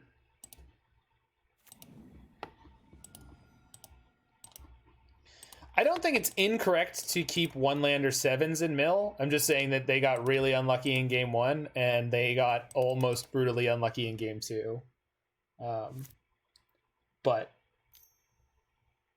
it's like a burn deck where if you have stuff to do with your mana on your first couple turns, it's not necessarily... You see, like this here? This could be really, really bad. Because we're just not finding any action. Just give him one of these. Hey, thank you for the follow. Too many lands.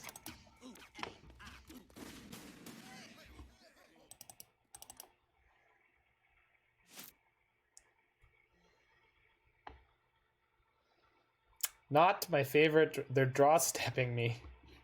We've lost all our Skyclave apparitions, but we do still have the Deputy.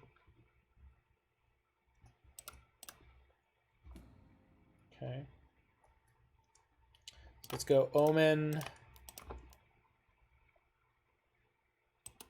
We can go double Spreading Seas here to turn off their Oboro. No, turn off their... Nah, I can't turn off their Oboro, because they could just bounce it in response. That's a good-ish draw.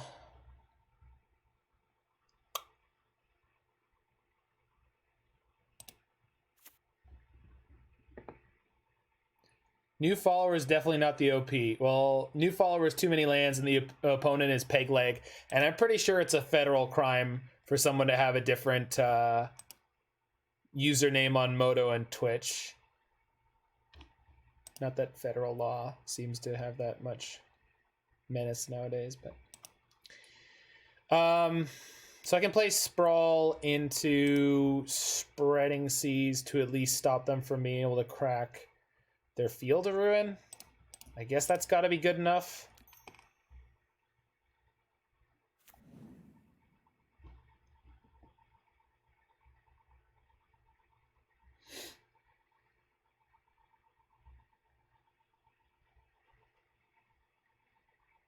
Do I need red? I don't need red. And blue's fine here.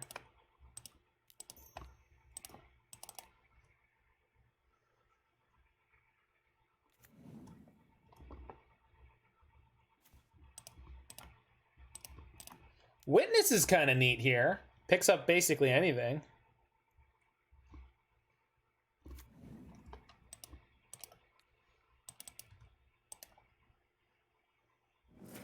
Is that LSV? It's not LSV, no.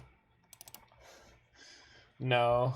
I have no idea who it is, but I know it's not LSV. I know it's a global Twitch emote. Billy Mays. It's a global emote, so I assume it's some streamer or some other pop culture reference, but I don't know. Yikes! That is Seth. That is Seth. But it says it's him in the emote name. Ooh! Second field. So I'm getting milled for 18. Okay, okay. Maybe they'll help me out and mill my Deputy. Oh, also they still have the Sphere in their hand. This is not the best.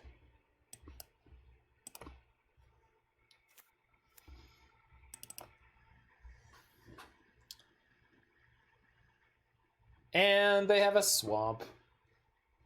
Well, maybe they'll tap their last mana, and we'll be able to Spreading Seas their Oboro. Although the downside is I really want to pick up my Deputy of Detention. Oh my god! All right, so we're down to 13 cards. Ewit, Lurrus, Lol. Well, that would be good if I wasn't so close to being dead. Pretty sure I'm e-witnessing for Deputy if it's in here, which it might not be. Wow, seriously?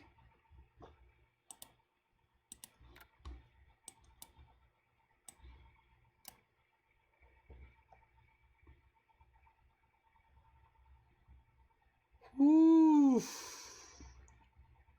That's a yikes.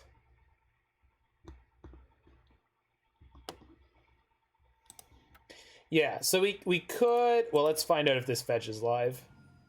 Fastest way to do it is just by fetching. It is not. Okay, so I can't e-witness into Enigmatic. There's Lavinia, there's Meddling Mage, Omen, and there's Deputy. So... probably just dead here. I could take the Ruin Crab off the table for a turn. I could burn one of their Hedron Crabs. But they still have Damping Sphere in there. Or not Damping Sphere. The Sphere? Mesmeric Orb. So...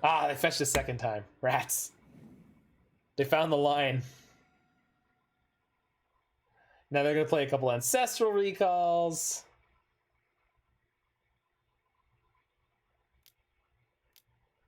Yeah. Oh, they got Lurrus. Interesting. Sure, I guess. Alright. I'm not putting myself through any more pain here. Alright.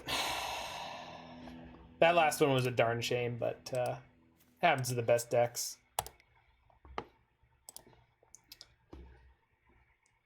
To be fair, Mill is a very difficult matchup for this kind of deck because we just don't have any way to close out games quickly. So, cards like the Orb and consistent sources of Mill like the Crabs can beat you even though you're playing 80 cards. You need to find a reasonably fast way to win, otherwise they'll just grind you out. And again, you can have a sequence of removal that all comes together in exactly the right way, but the mill decks nowadays are so aggressive. They have a good balance of like cards that mill you for a large number of cards. What brought me back to Modern? Time away. No, just time away. Time away from a format makes it more fun to come back to the format. I can lose to anything and everything now with relative comfort. Plus, I found some decks I wanted to play, so you know.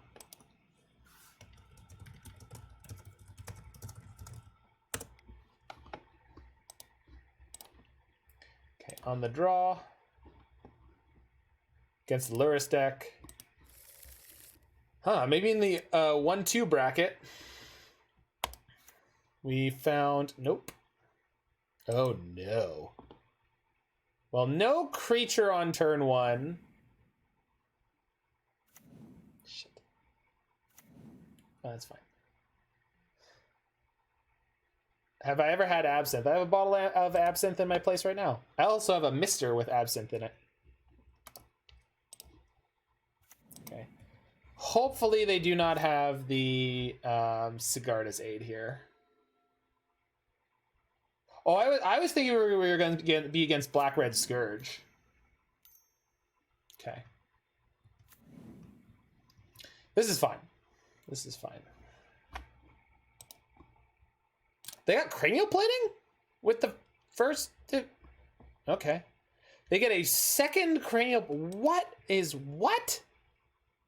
So they must have no copies of Sigarda's Aid or Pure Steel Paladin in their hand? Wild. Okay. Well, I guess I'm leaving up Omen of the Forge here. Then next turn going Uro into Birds of Paradise. Cranial Plating gives no bonus toughness.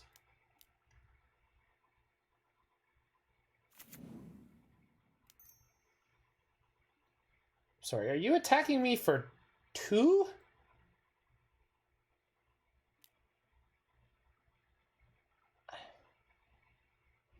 I don't even know if I want to kill this, but I guess I don't...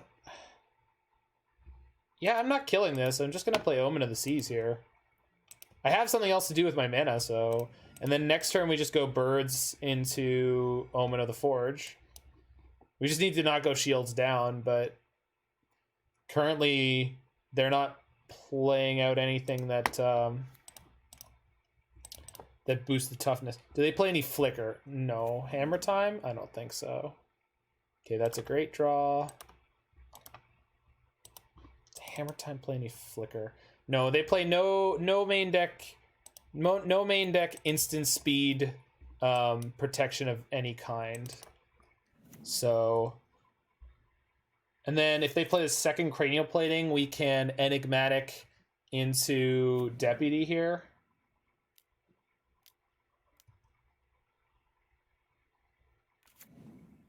So now they're swinging for 8. That's, significant.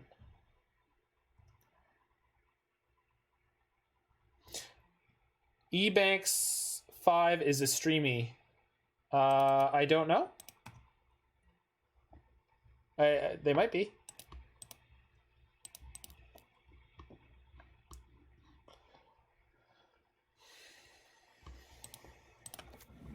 Even if they do have a main deck protection spell of some kind, I'm not going to be too worried about it. Streamer. No, I understood what you meant. I just read it literally because that's what you typed. Sure. It's fine.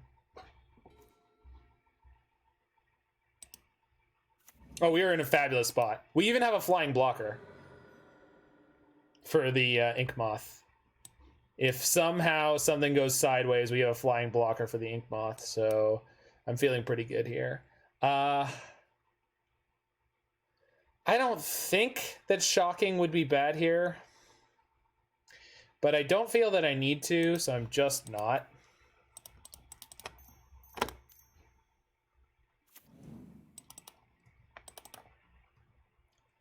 We're gonna go Omen of the Seas into Deputy of Detention.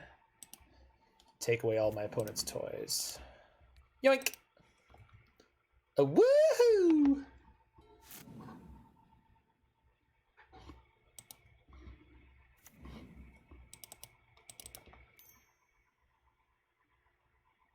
Huh! That is not normal. That is not normal. They're evolving. Okay. So I can get one Skyclave.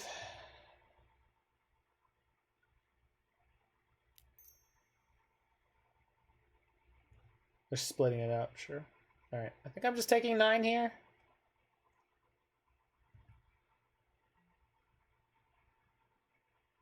Okay, so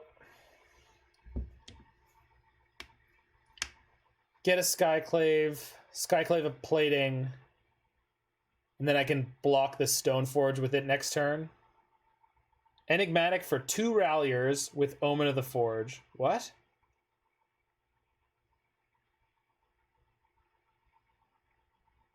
Okay. Wait, 2 Ralliers? Oh, I see.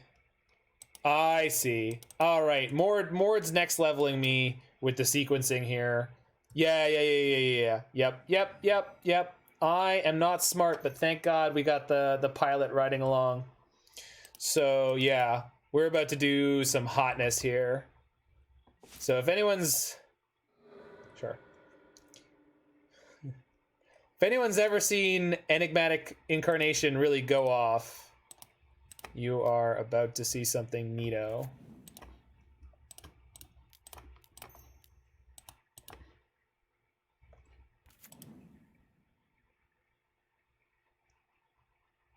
I think I'm just gonna leave the bird up as a blocker and just in case everything goes sideways. Okay, so go to end step. We get 2 Enigmatic Incarnation triggers here, right?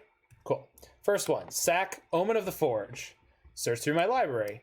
Get Renegade Rallier. Renegade Rallier enters the battlefield with the Revolt trigger. Brings back Omen of the Forge. Now, my other Enigmatic Incarnation trigger goes on the stack, and I will sack, I don't know, Omen of the Forge. And look, we get to do it again.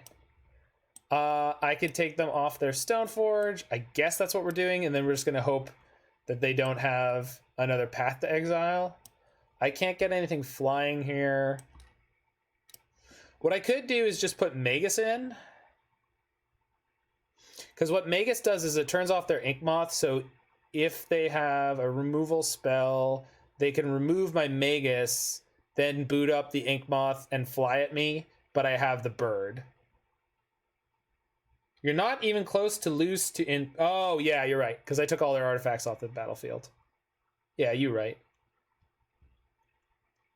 Yeah. No, you're right. I was thinking of the cranial platings like they were at the beginning of the turn. And they're not enchanting anything right now, equipping anything right now, so I'm just not... Yeah, you're right. Good catch. So I think in the worst case scenario, we'll still live. If they have Path and 2 0-mana artifacts, we're okay here.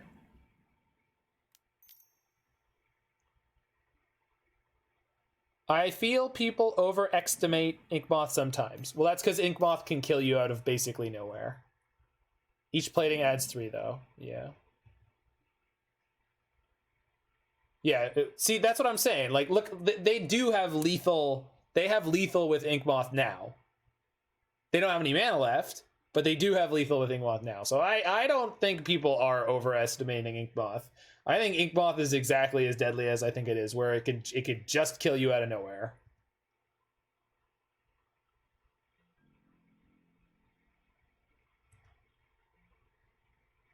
Yeah, so I got to block.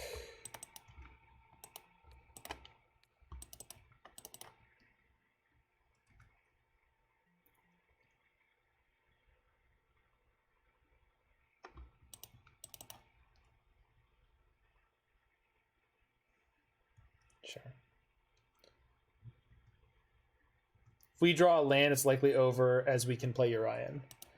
Yeah. Because each of the Ralliers will bring back... Well, no. What? I don't know how good Urian is on this board. I mean, I'm sure you're right, but I'm not sure how.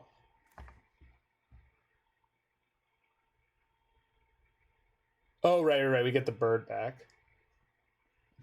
Yeah. Well, we do get 2 enigmatic triggers. That, like, I know, but I... Okay, so... Yeah.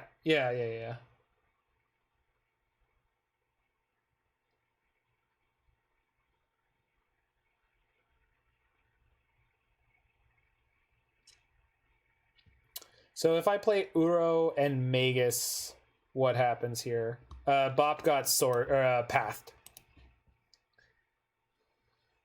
So I can go 1 into 2. Phantasmal what? Start with Uro. Yeah, sure. Wait, what? Start with Uro, int Rallier, bring back Blue Omen. Sure. What? Alright, hold on.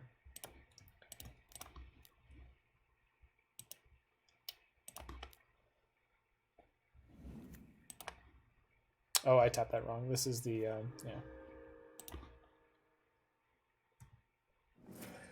Yeah, I found Omen. Oh, Glasspool, copy Rallier to get the bird. That's fair. And we can also get Phantasmal Image and copy Rallier. Bird or Blue Omen. So we can double Apparition. Remove both platings, yeah.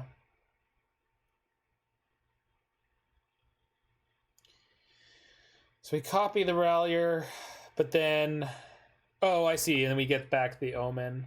If I'm removing both cranial platings, I don't think I'm worried about too much else, although they'll have 1, 2, 3 artifacts, so if they top deck... Yeah, so the reason I'm going to get the bird back... I'm going to get the bird back, and then I'm going to put...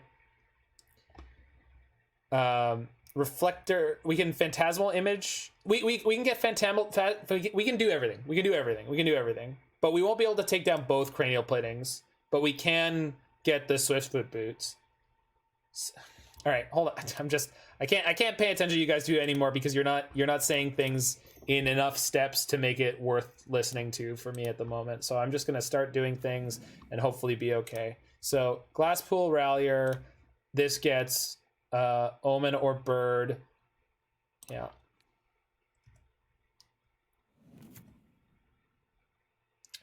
Well, it's too late for that now.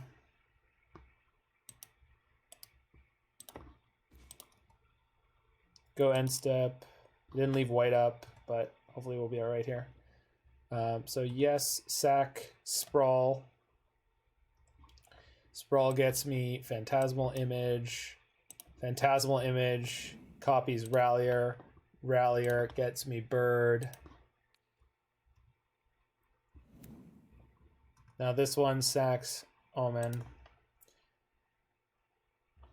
Gets me... Oh, I guess we could just Skyclave down their Ornithopter.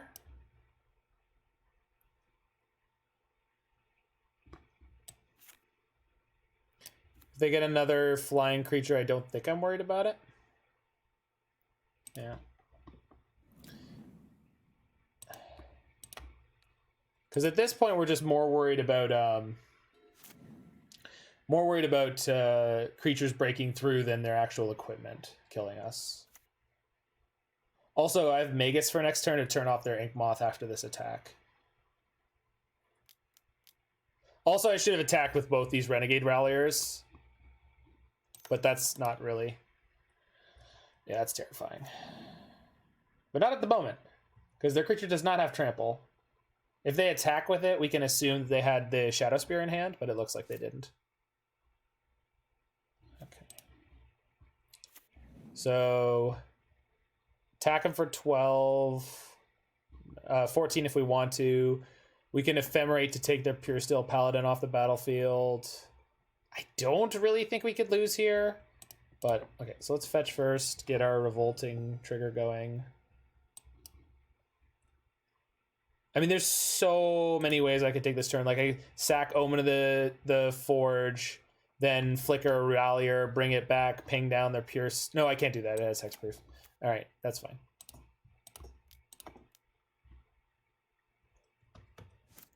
Let's tap 3 red.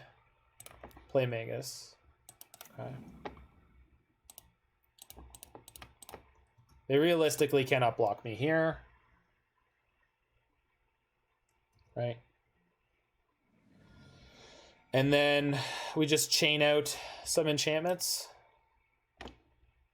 Guess I can play this.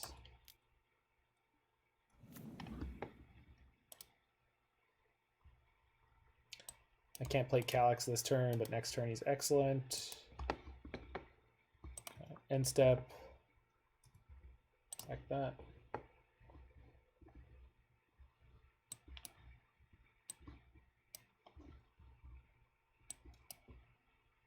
Oh, now we take out the Swiftfoot, and then we take out the Pure Steel.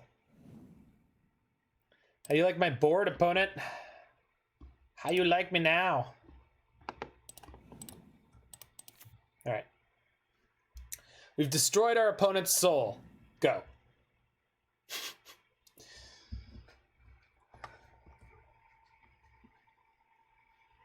This deck is absolutely sweet, Mord. It's absolutely insane.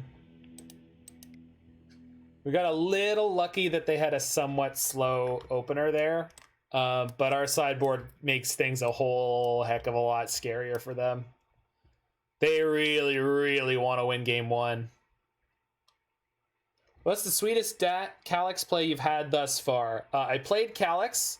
I ate something by turning one of my enchantments into an O-ring, and then the opponent bolted it, which is the best thing that can happen because I never had to plus him and be disappointed by missing.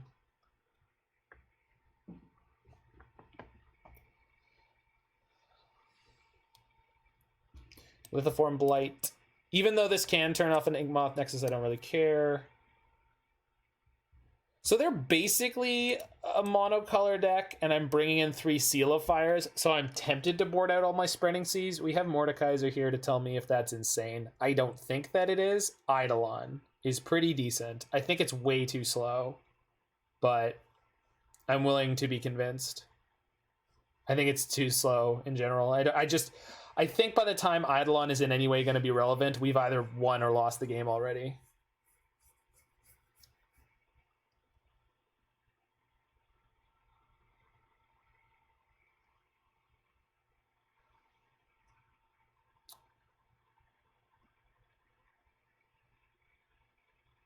Two Calix, 2 Cs. Yeah, because it's just very slow. That's fair. I'm also thinking that we could want Lavinia, because Lavinia turns off all of their Ornithopters and Memnites. So she can just be a kind of like random hyper value play. And Baubles, yeah. Yeah, they're playing Baubles, which to me is a little crazy for that deck. I don't think that deck can afford to play a card like Bauble. I think they want to win faster than that. I don't think they can have delayed draws.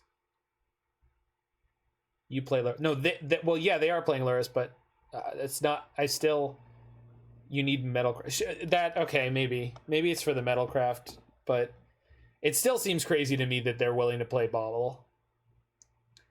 Bobble to me seems really, really bad in that deck. No, Bobble is absolutely great, and it's fantastic in Lurrus decks. That's not my point. My point is, I don't know that that deck wants to have an opening hand where your 6th or 7th card is a Mishra's Bobble, and you're like, this card makes or breaks this hand.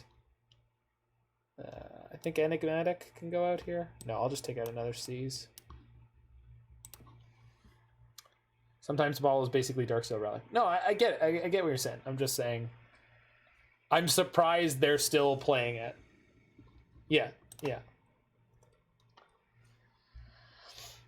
All right, that's a keep. As long as we're not dead, this hand is great. Opponent mulls to 6? Sure.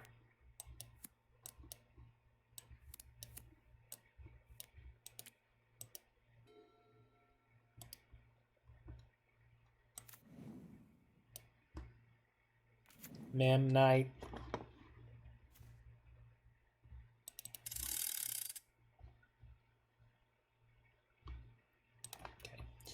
So we drew a better turn 1 play. I love that. I'm galvanized by Hammer. Seems like super poor design, but it works. What do you mean? Seems like poor design.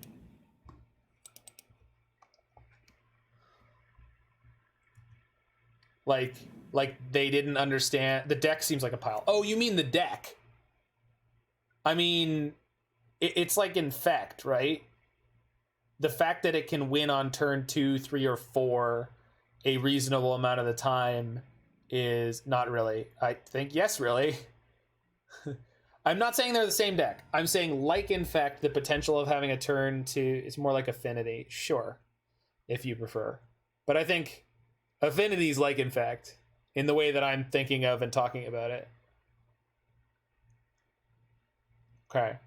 So Abundant Growth and then Omen of the Sea, and we just have to Enigmatic next turn to not die. Or I could main phase Omen here and see if I find a Seal of Fire. Seems unlikely. Nope. Well, might just be dead. You can go search for Seal. What?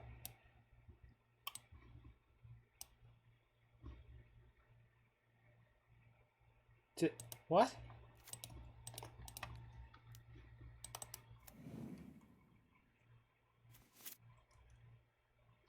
Okay.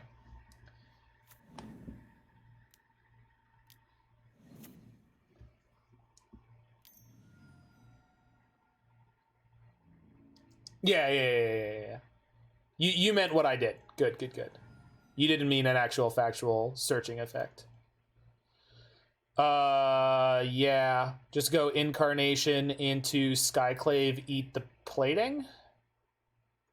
Yeah, we could die, but like...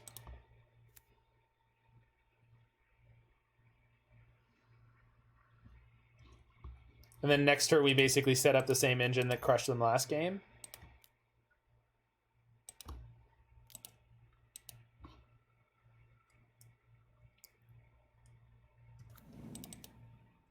Enigmatic Incarnation in Modern. Who knew? They searched for plating. They certainly did.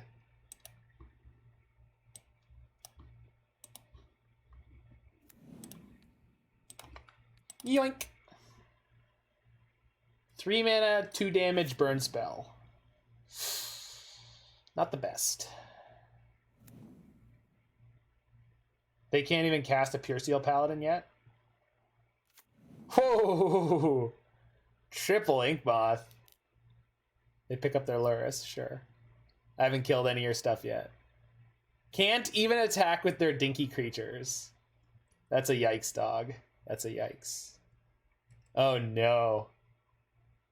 Fetch Rallier Magus? Yeah, that seems like a game winner. How do I get the Rallier? Oh, I have one in my hand. Duh. So we play the Rallier. So we fetch to set up the Revolt. We play the Rallier out of my hand, pick up the Omen, and we'll see what else we get. But Magus of the Moon should basically shut this game out.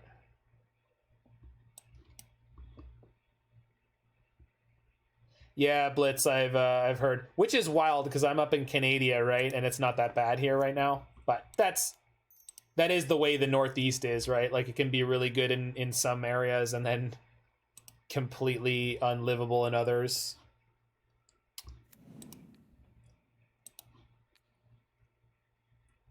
Yeah, Canada is surprisingly fine. At the mo. I'll just bottom both of these. Yeah, I don't need these. Okay, play Brain Maggot, I suppose. Winter driving anxiety. I know that feel, dog. I know that feel. The pause here makes me think that they might have a Path or a Fatal Push or something. I don't know, maybe they'll have a Path or a Fatal Push or something. But 2 would be nuts. Like, real talk, right? Well, all right. So Magus is not going to be GG, but at least we were forewarned. If they don't float mana... Yeah. They're probably not expecting it, to be fair. Oops. Looks like they're not. Yeah, they're not. All right. Got him. Nice deck. Nice deck. We did keep it in Meddling Mage, but we didn't need it here. But if we search again next turn, we will do that. Yay!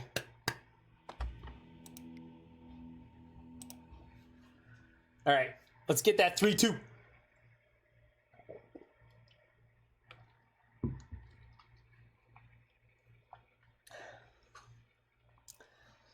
The best decks in Modern are the 3-2 decks, let me tell you. 3-2 is style. As I said about Faithless Brewing. We got a new ad roll to play during the break, by the way.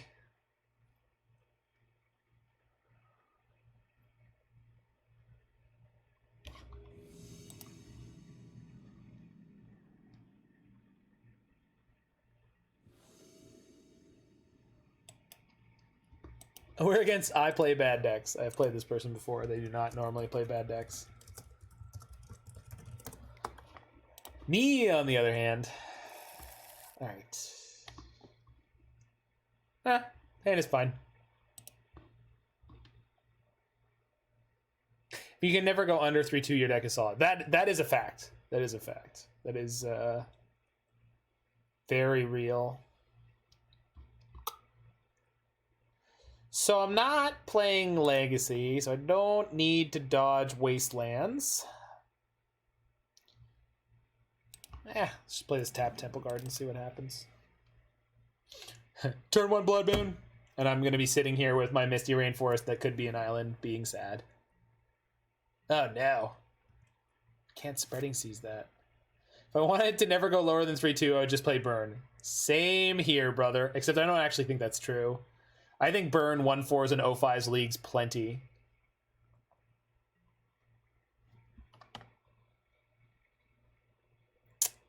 Yeah, this sucks, huh? Oh well. I guess I could just Spreading Seas my own land. Yeah, I think I'm actually going to do that just to cycle it, because I'm otherwise doing nothing and setting up. We got to win with the Rallier interaction on the Lotus Field. What is the Rallier interaction on the Lotus Field? Oh, bringing back a Spreading Seas to put it on the Lotus Field because it doesn't target. Yeah, that is a thing you can do.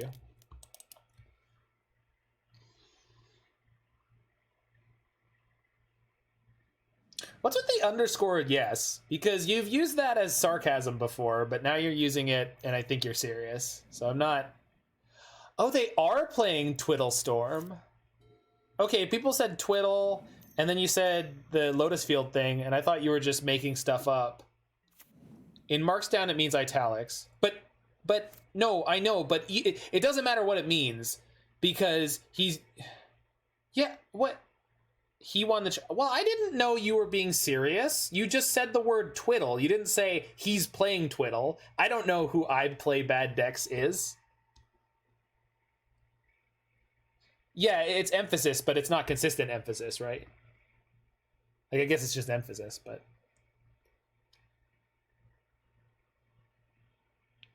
Putting the wrong emphasis on the right syllable. All right, so we're probably just dead here. It's inconsistent. No, I understand. I understand. You're just putting emphasis where you want emphasis. I'm just used to internet things being like, this thing means exactly this thing. Incarnation. Can't do that. We can't do that. It's 4 mana. I literally can't do anything meaningful on this board.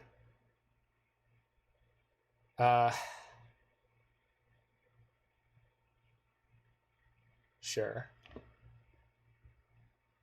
I mean, I guess I jam out the Eternal Witness and pick up a land. Too much Heliod. Yeah, our deck plays all sorts of enchant lands.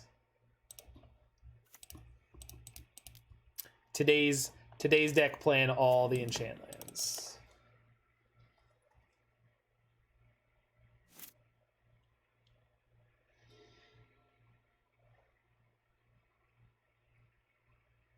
Man, I loaded up Uro Omnath pile, but I just want to play this deck again. This deck is fun as yeah, okay. Deputy seems like fun.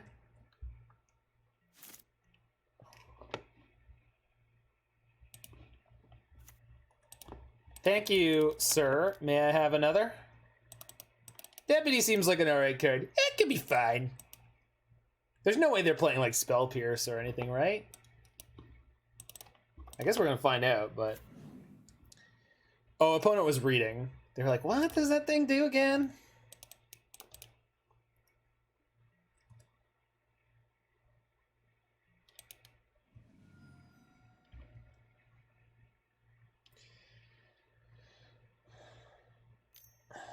Yep.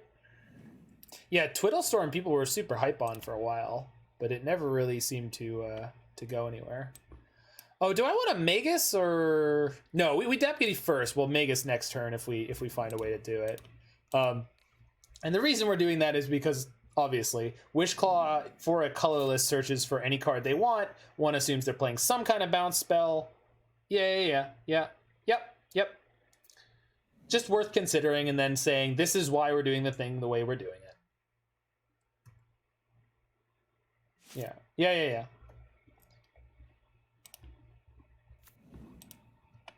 Go Combat. I don't think they play any creatures at all.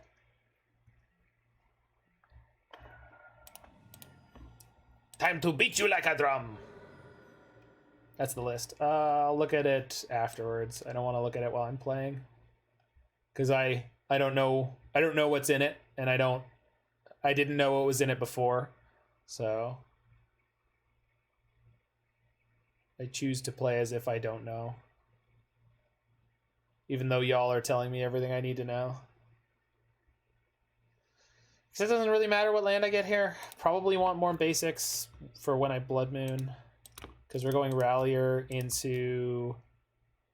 Am I playing Phantasmal Image this turn? I might as well to put more of a beatdown on. Magus is likely the game. I mean, I think so, but...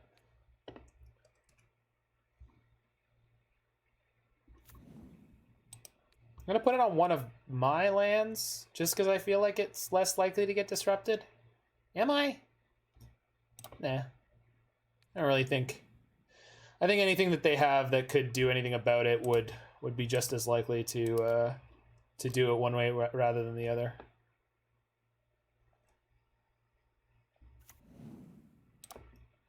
Oh, I'm just assuming they have bounce because... Why wouldn't they? No.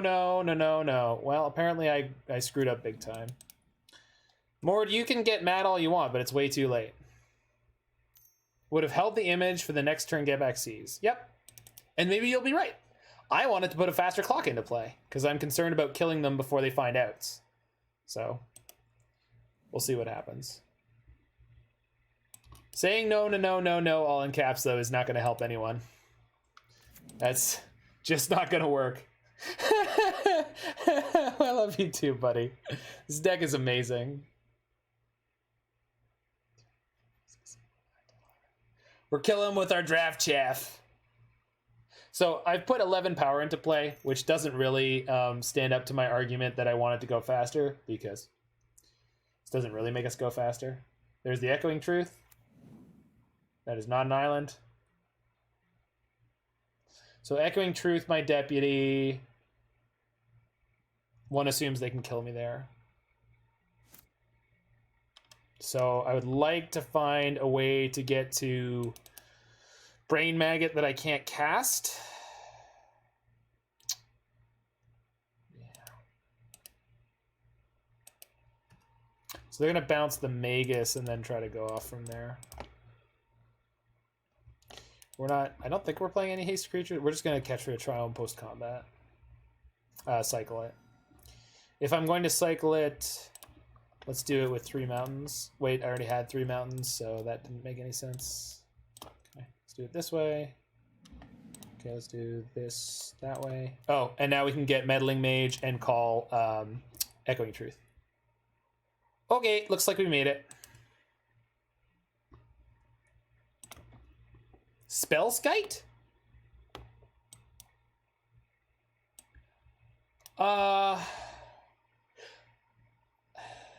I don't think it matters, but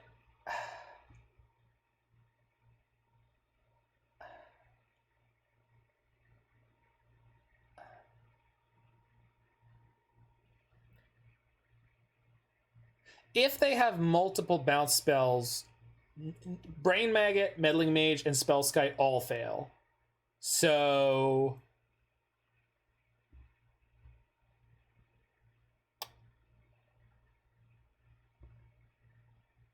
But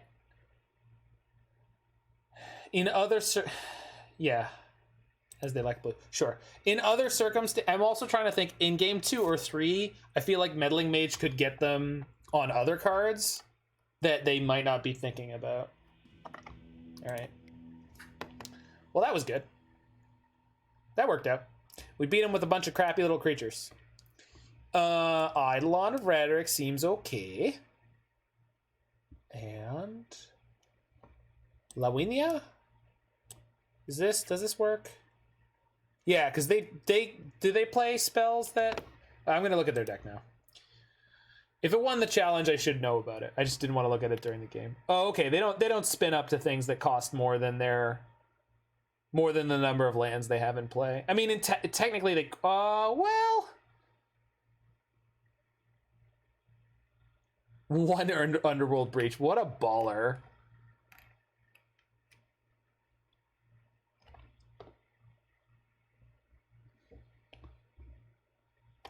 Their deck does have a serious flaw in that it's not playing any copies of Sift Through Sands. I don't really understand how...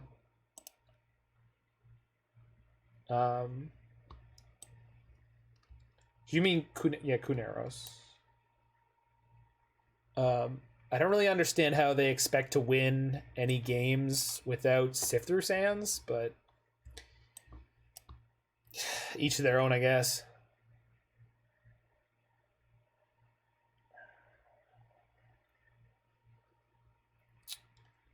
All right. Is DJ Calix a bad card here? He's the bad card here, right?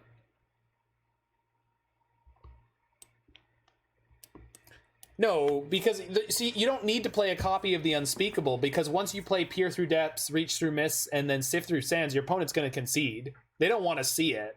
They don't want to see themselves get beaten by the Unspeakable. Come on now.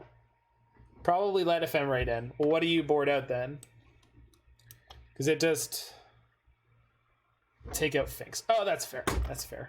I just like Finks as a 3/2 too much, I think, a lot of the time.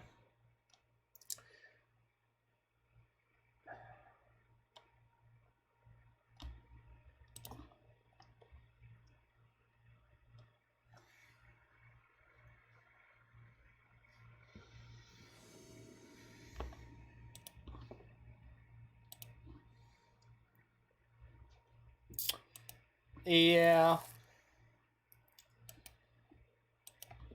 It's not great, but we've got Sprawl into Teferi to hopefully bounce something on turn 2 and or Brain Maggot.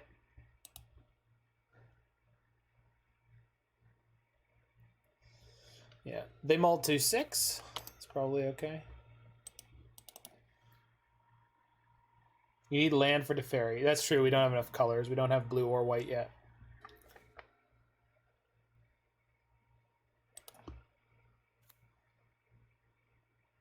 If I had a fetch land, I could Rallier to accelerate on turn 2. I think I'm still putting this on white. Gets me closer to casting Skyclave too, so we'll see what happens here. Doesn't seem like a great way for this game to start. But perhaps the Maggoty boy will do work here. Uh-oh. Savage. But they're low on cards, so I'm not super concerned. We top decked something to play. And we top deck the land. Them going down a Twiddle seems good for me. Not great, but good. Because like they mulled a 6 and then they blew a Twiddle on that. It doesn't seem like their hand is great here. But are they gonna play the draw 3, discard 3 at end of turn spell? Yeah, that's the plan, Mord. Brain Maggot into Phantasmal Image. Oh, there's the field. Sure.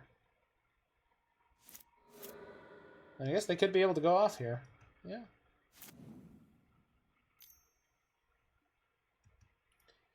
Okie dokie.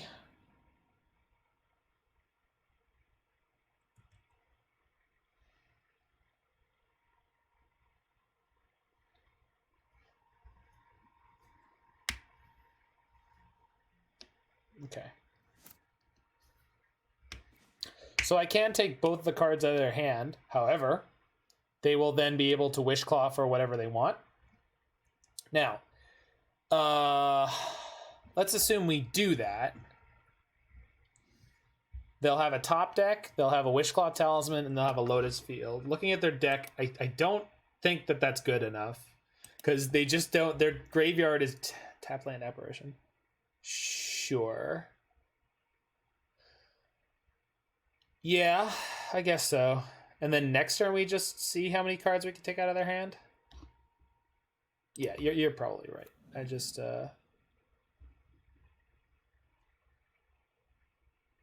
This is double white, yeah.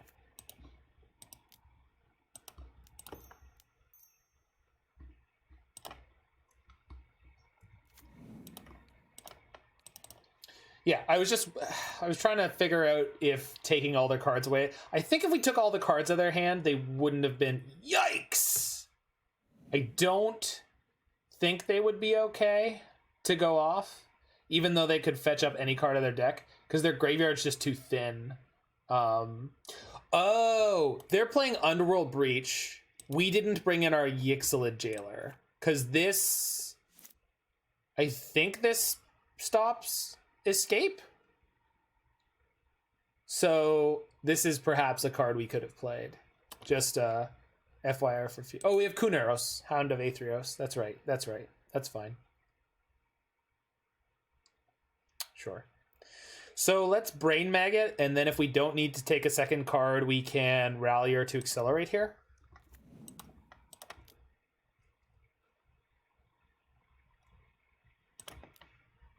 Brain Maggot. Whoop. Hello.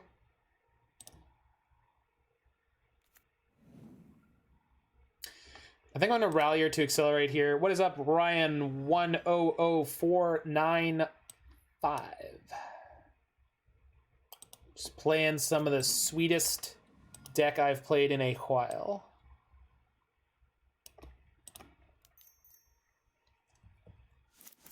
So I think I'd rather put the Rallier into play this turn. As a beatdown. Oh, that's the Dredge Ryan. Well, he can't be the Dredge Master, right? I mean, Sodek would need to hand the title over. a Dredge Master, perhaps. I don't know how titles within the realm of Dredge work. Merchant Scroll puts Psychic Puppetry in hand. Okay, so they're getting some twiddles going. PRG retired from Modern, so Ryan is Dredge Prince. Who's PRG?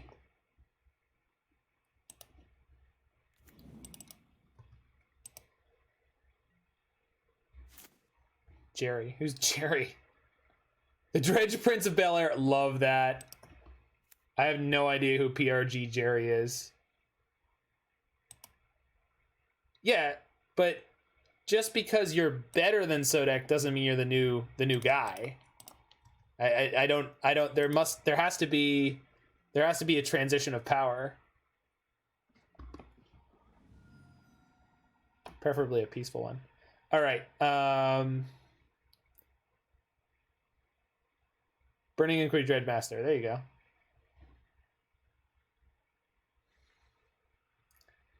If I Teferi into draw a card, we could hit Enigmatic. So I'm going to do that first.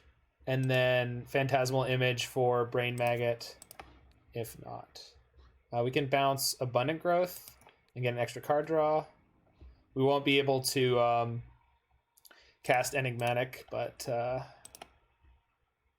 still fine.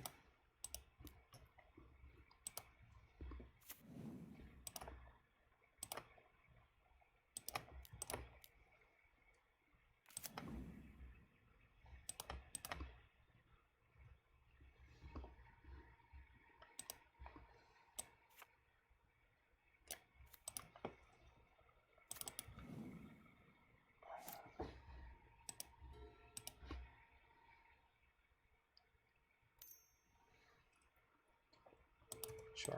They're going to do the same thing as last turn? They are?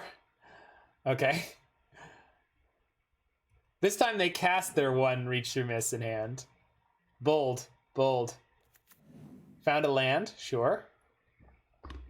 Okay. There we go. So that should be the game.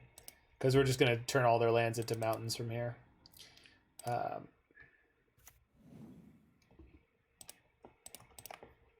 Dude, I play bad decks as Pog. They certainly seem wonderfully polite. In that when I greeted them at the beginning of this game, they said, "Hey friend, you too," when I wished them to good luck and have fun. So I wish them nothing but the best. There we go. 3-2. And beat apparently a great Modern player.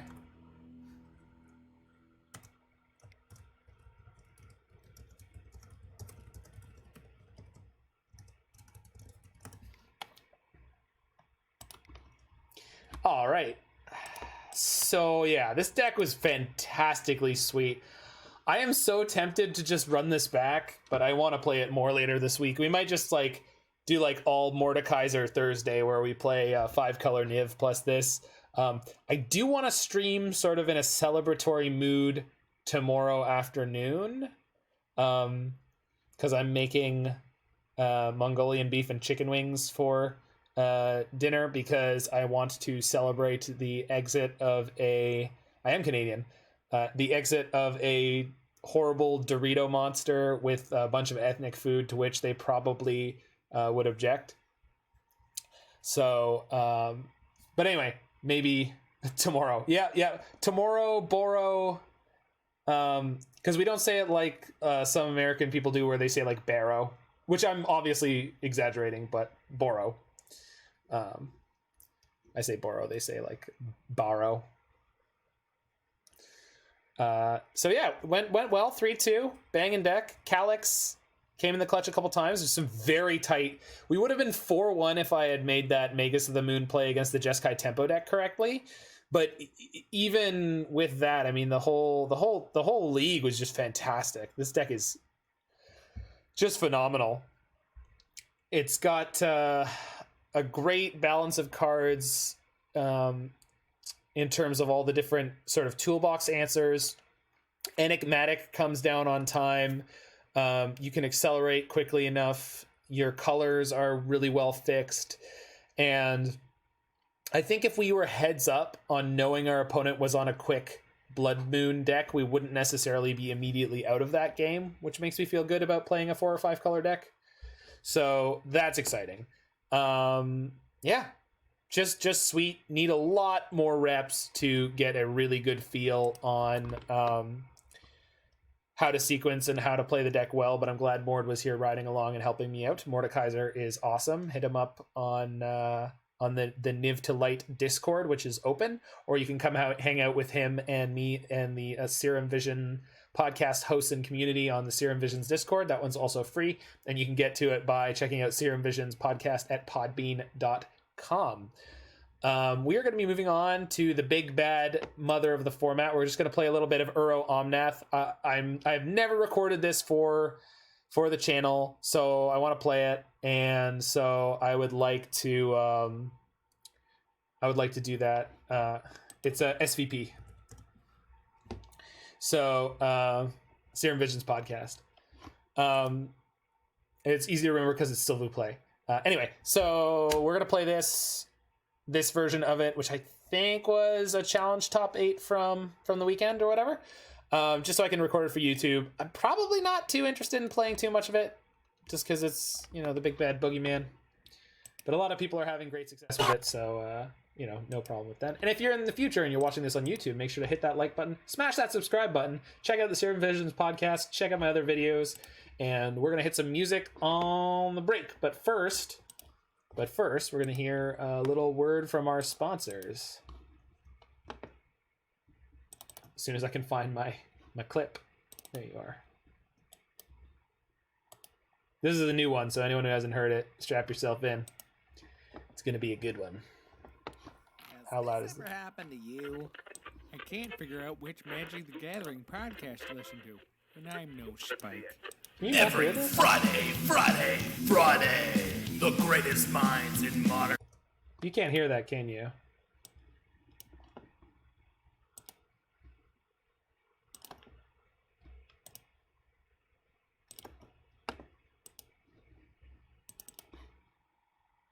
Could you guys hear the game sound during those games? I guess you probably couldn't, huh?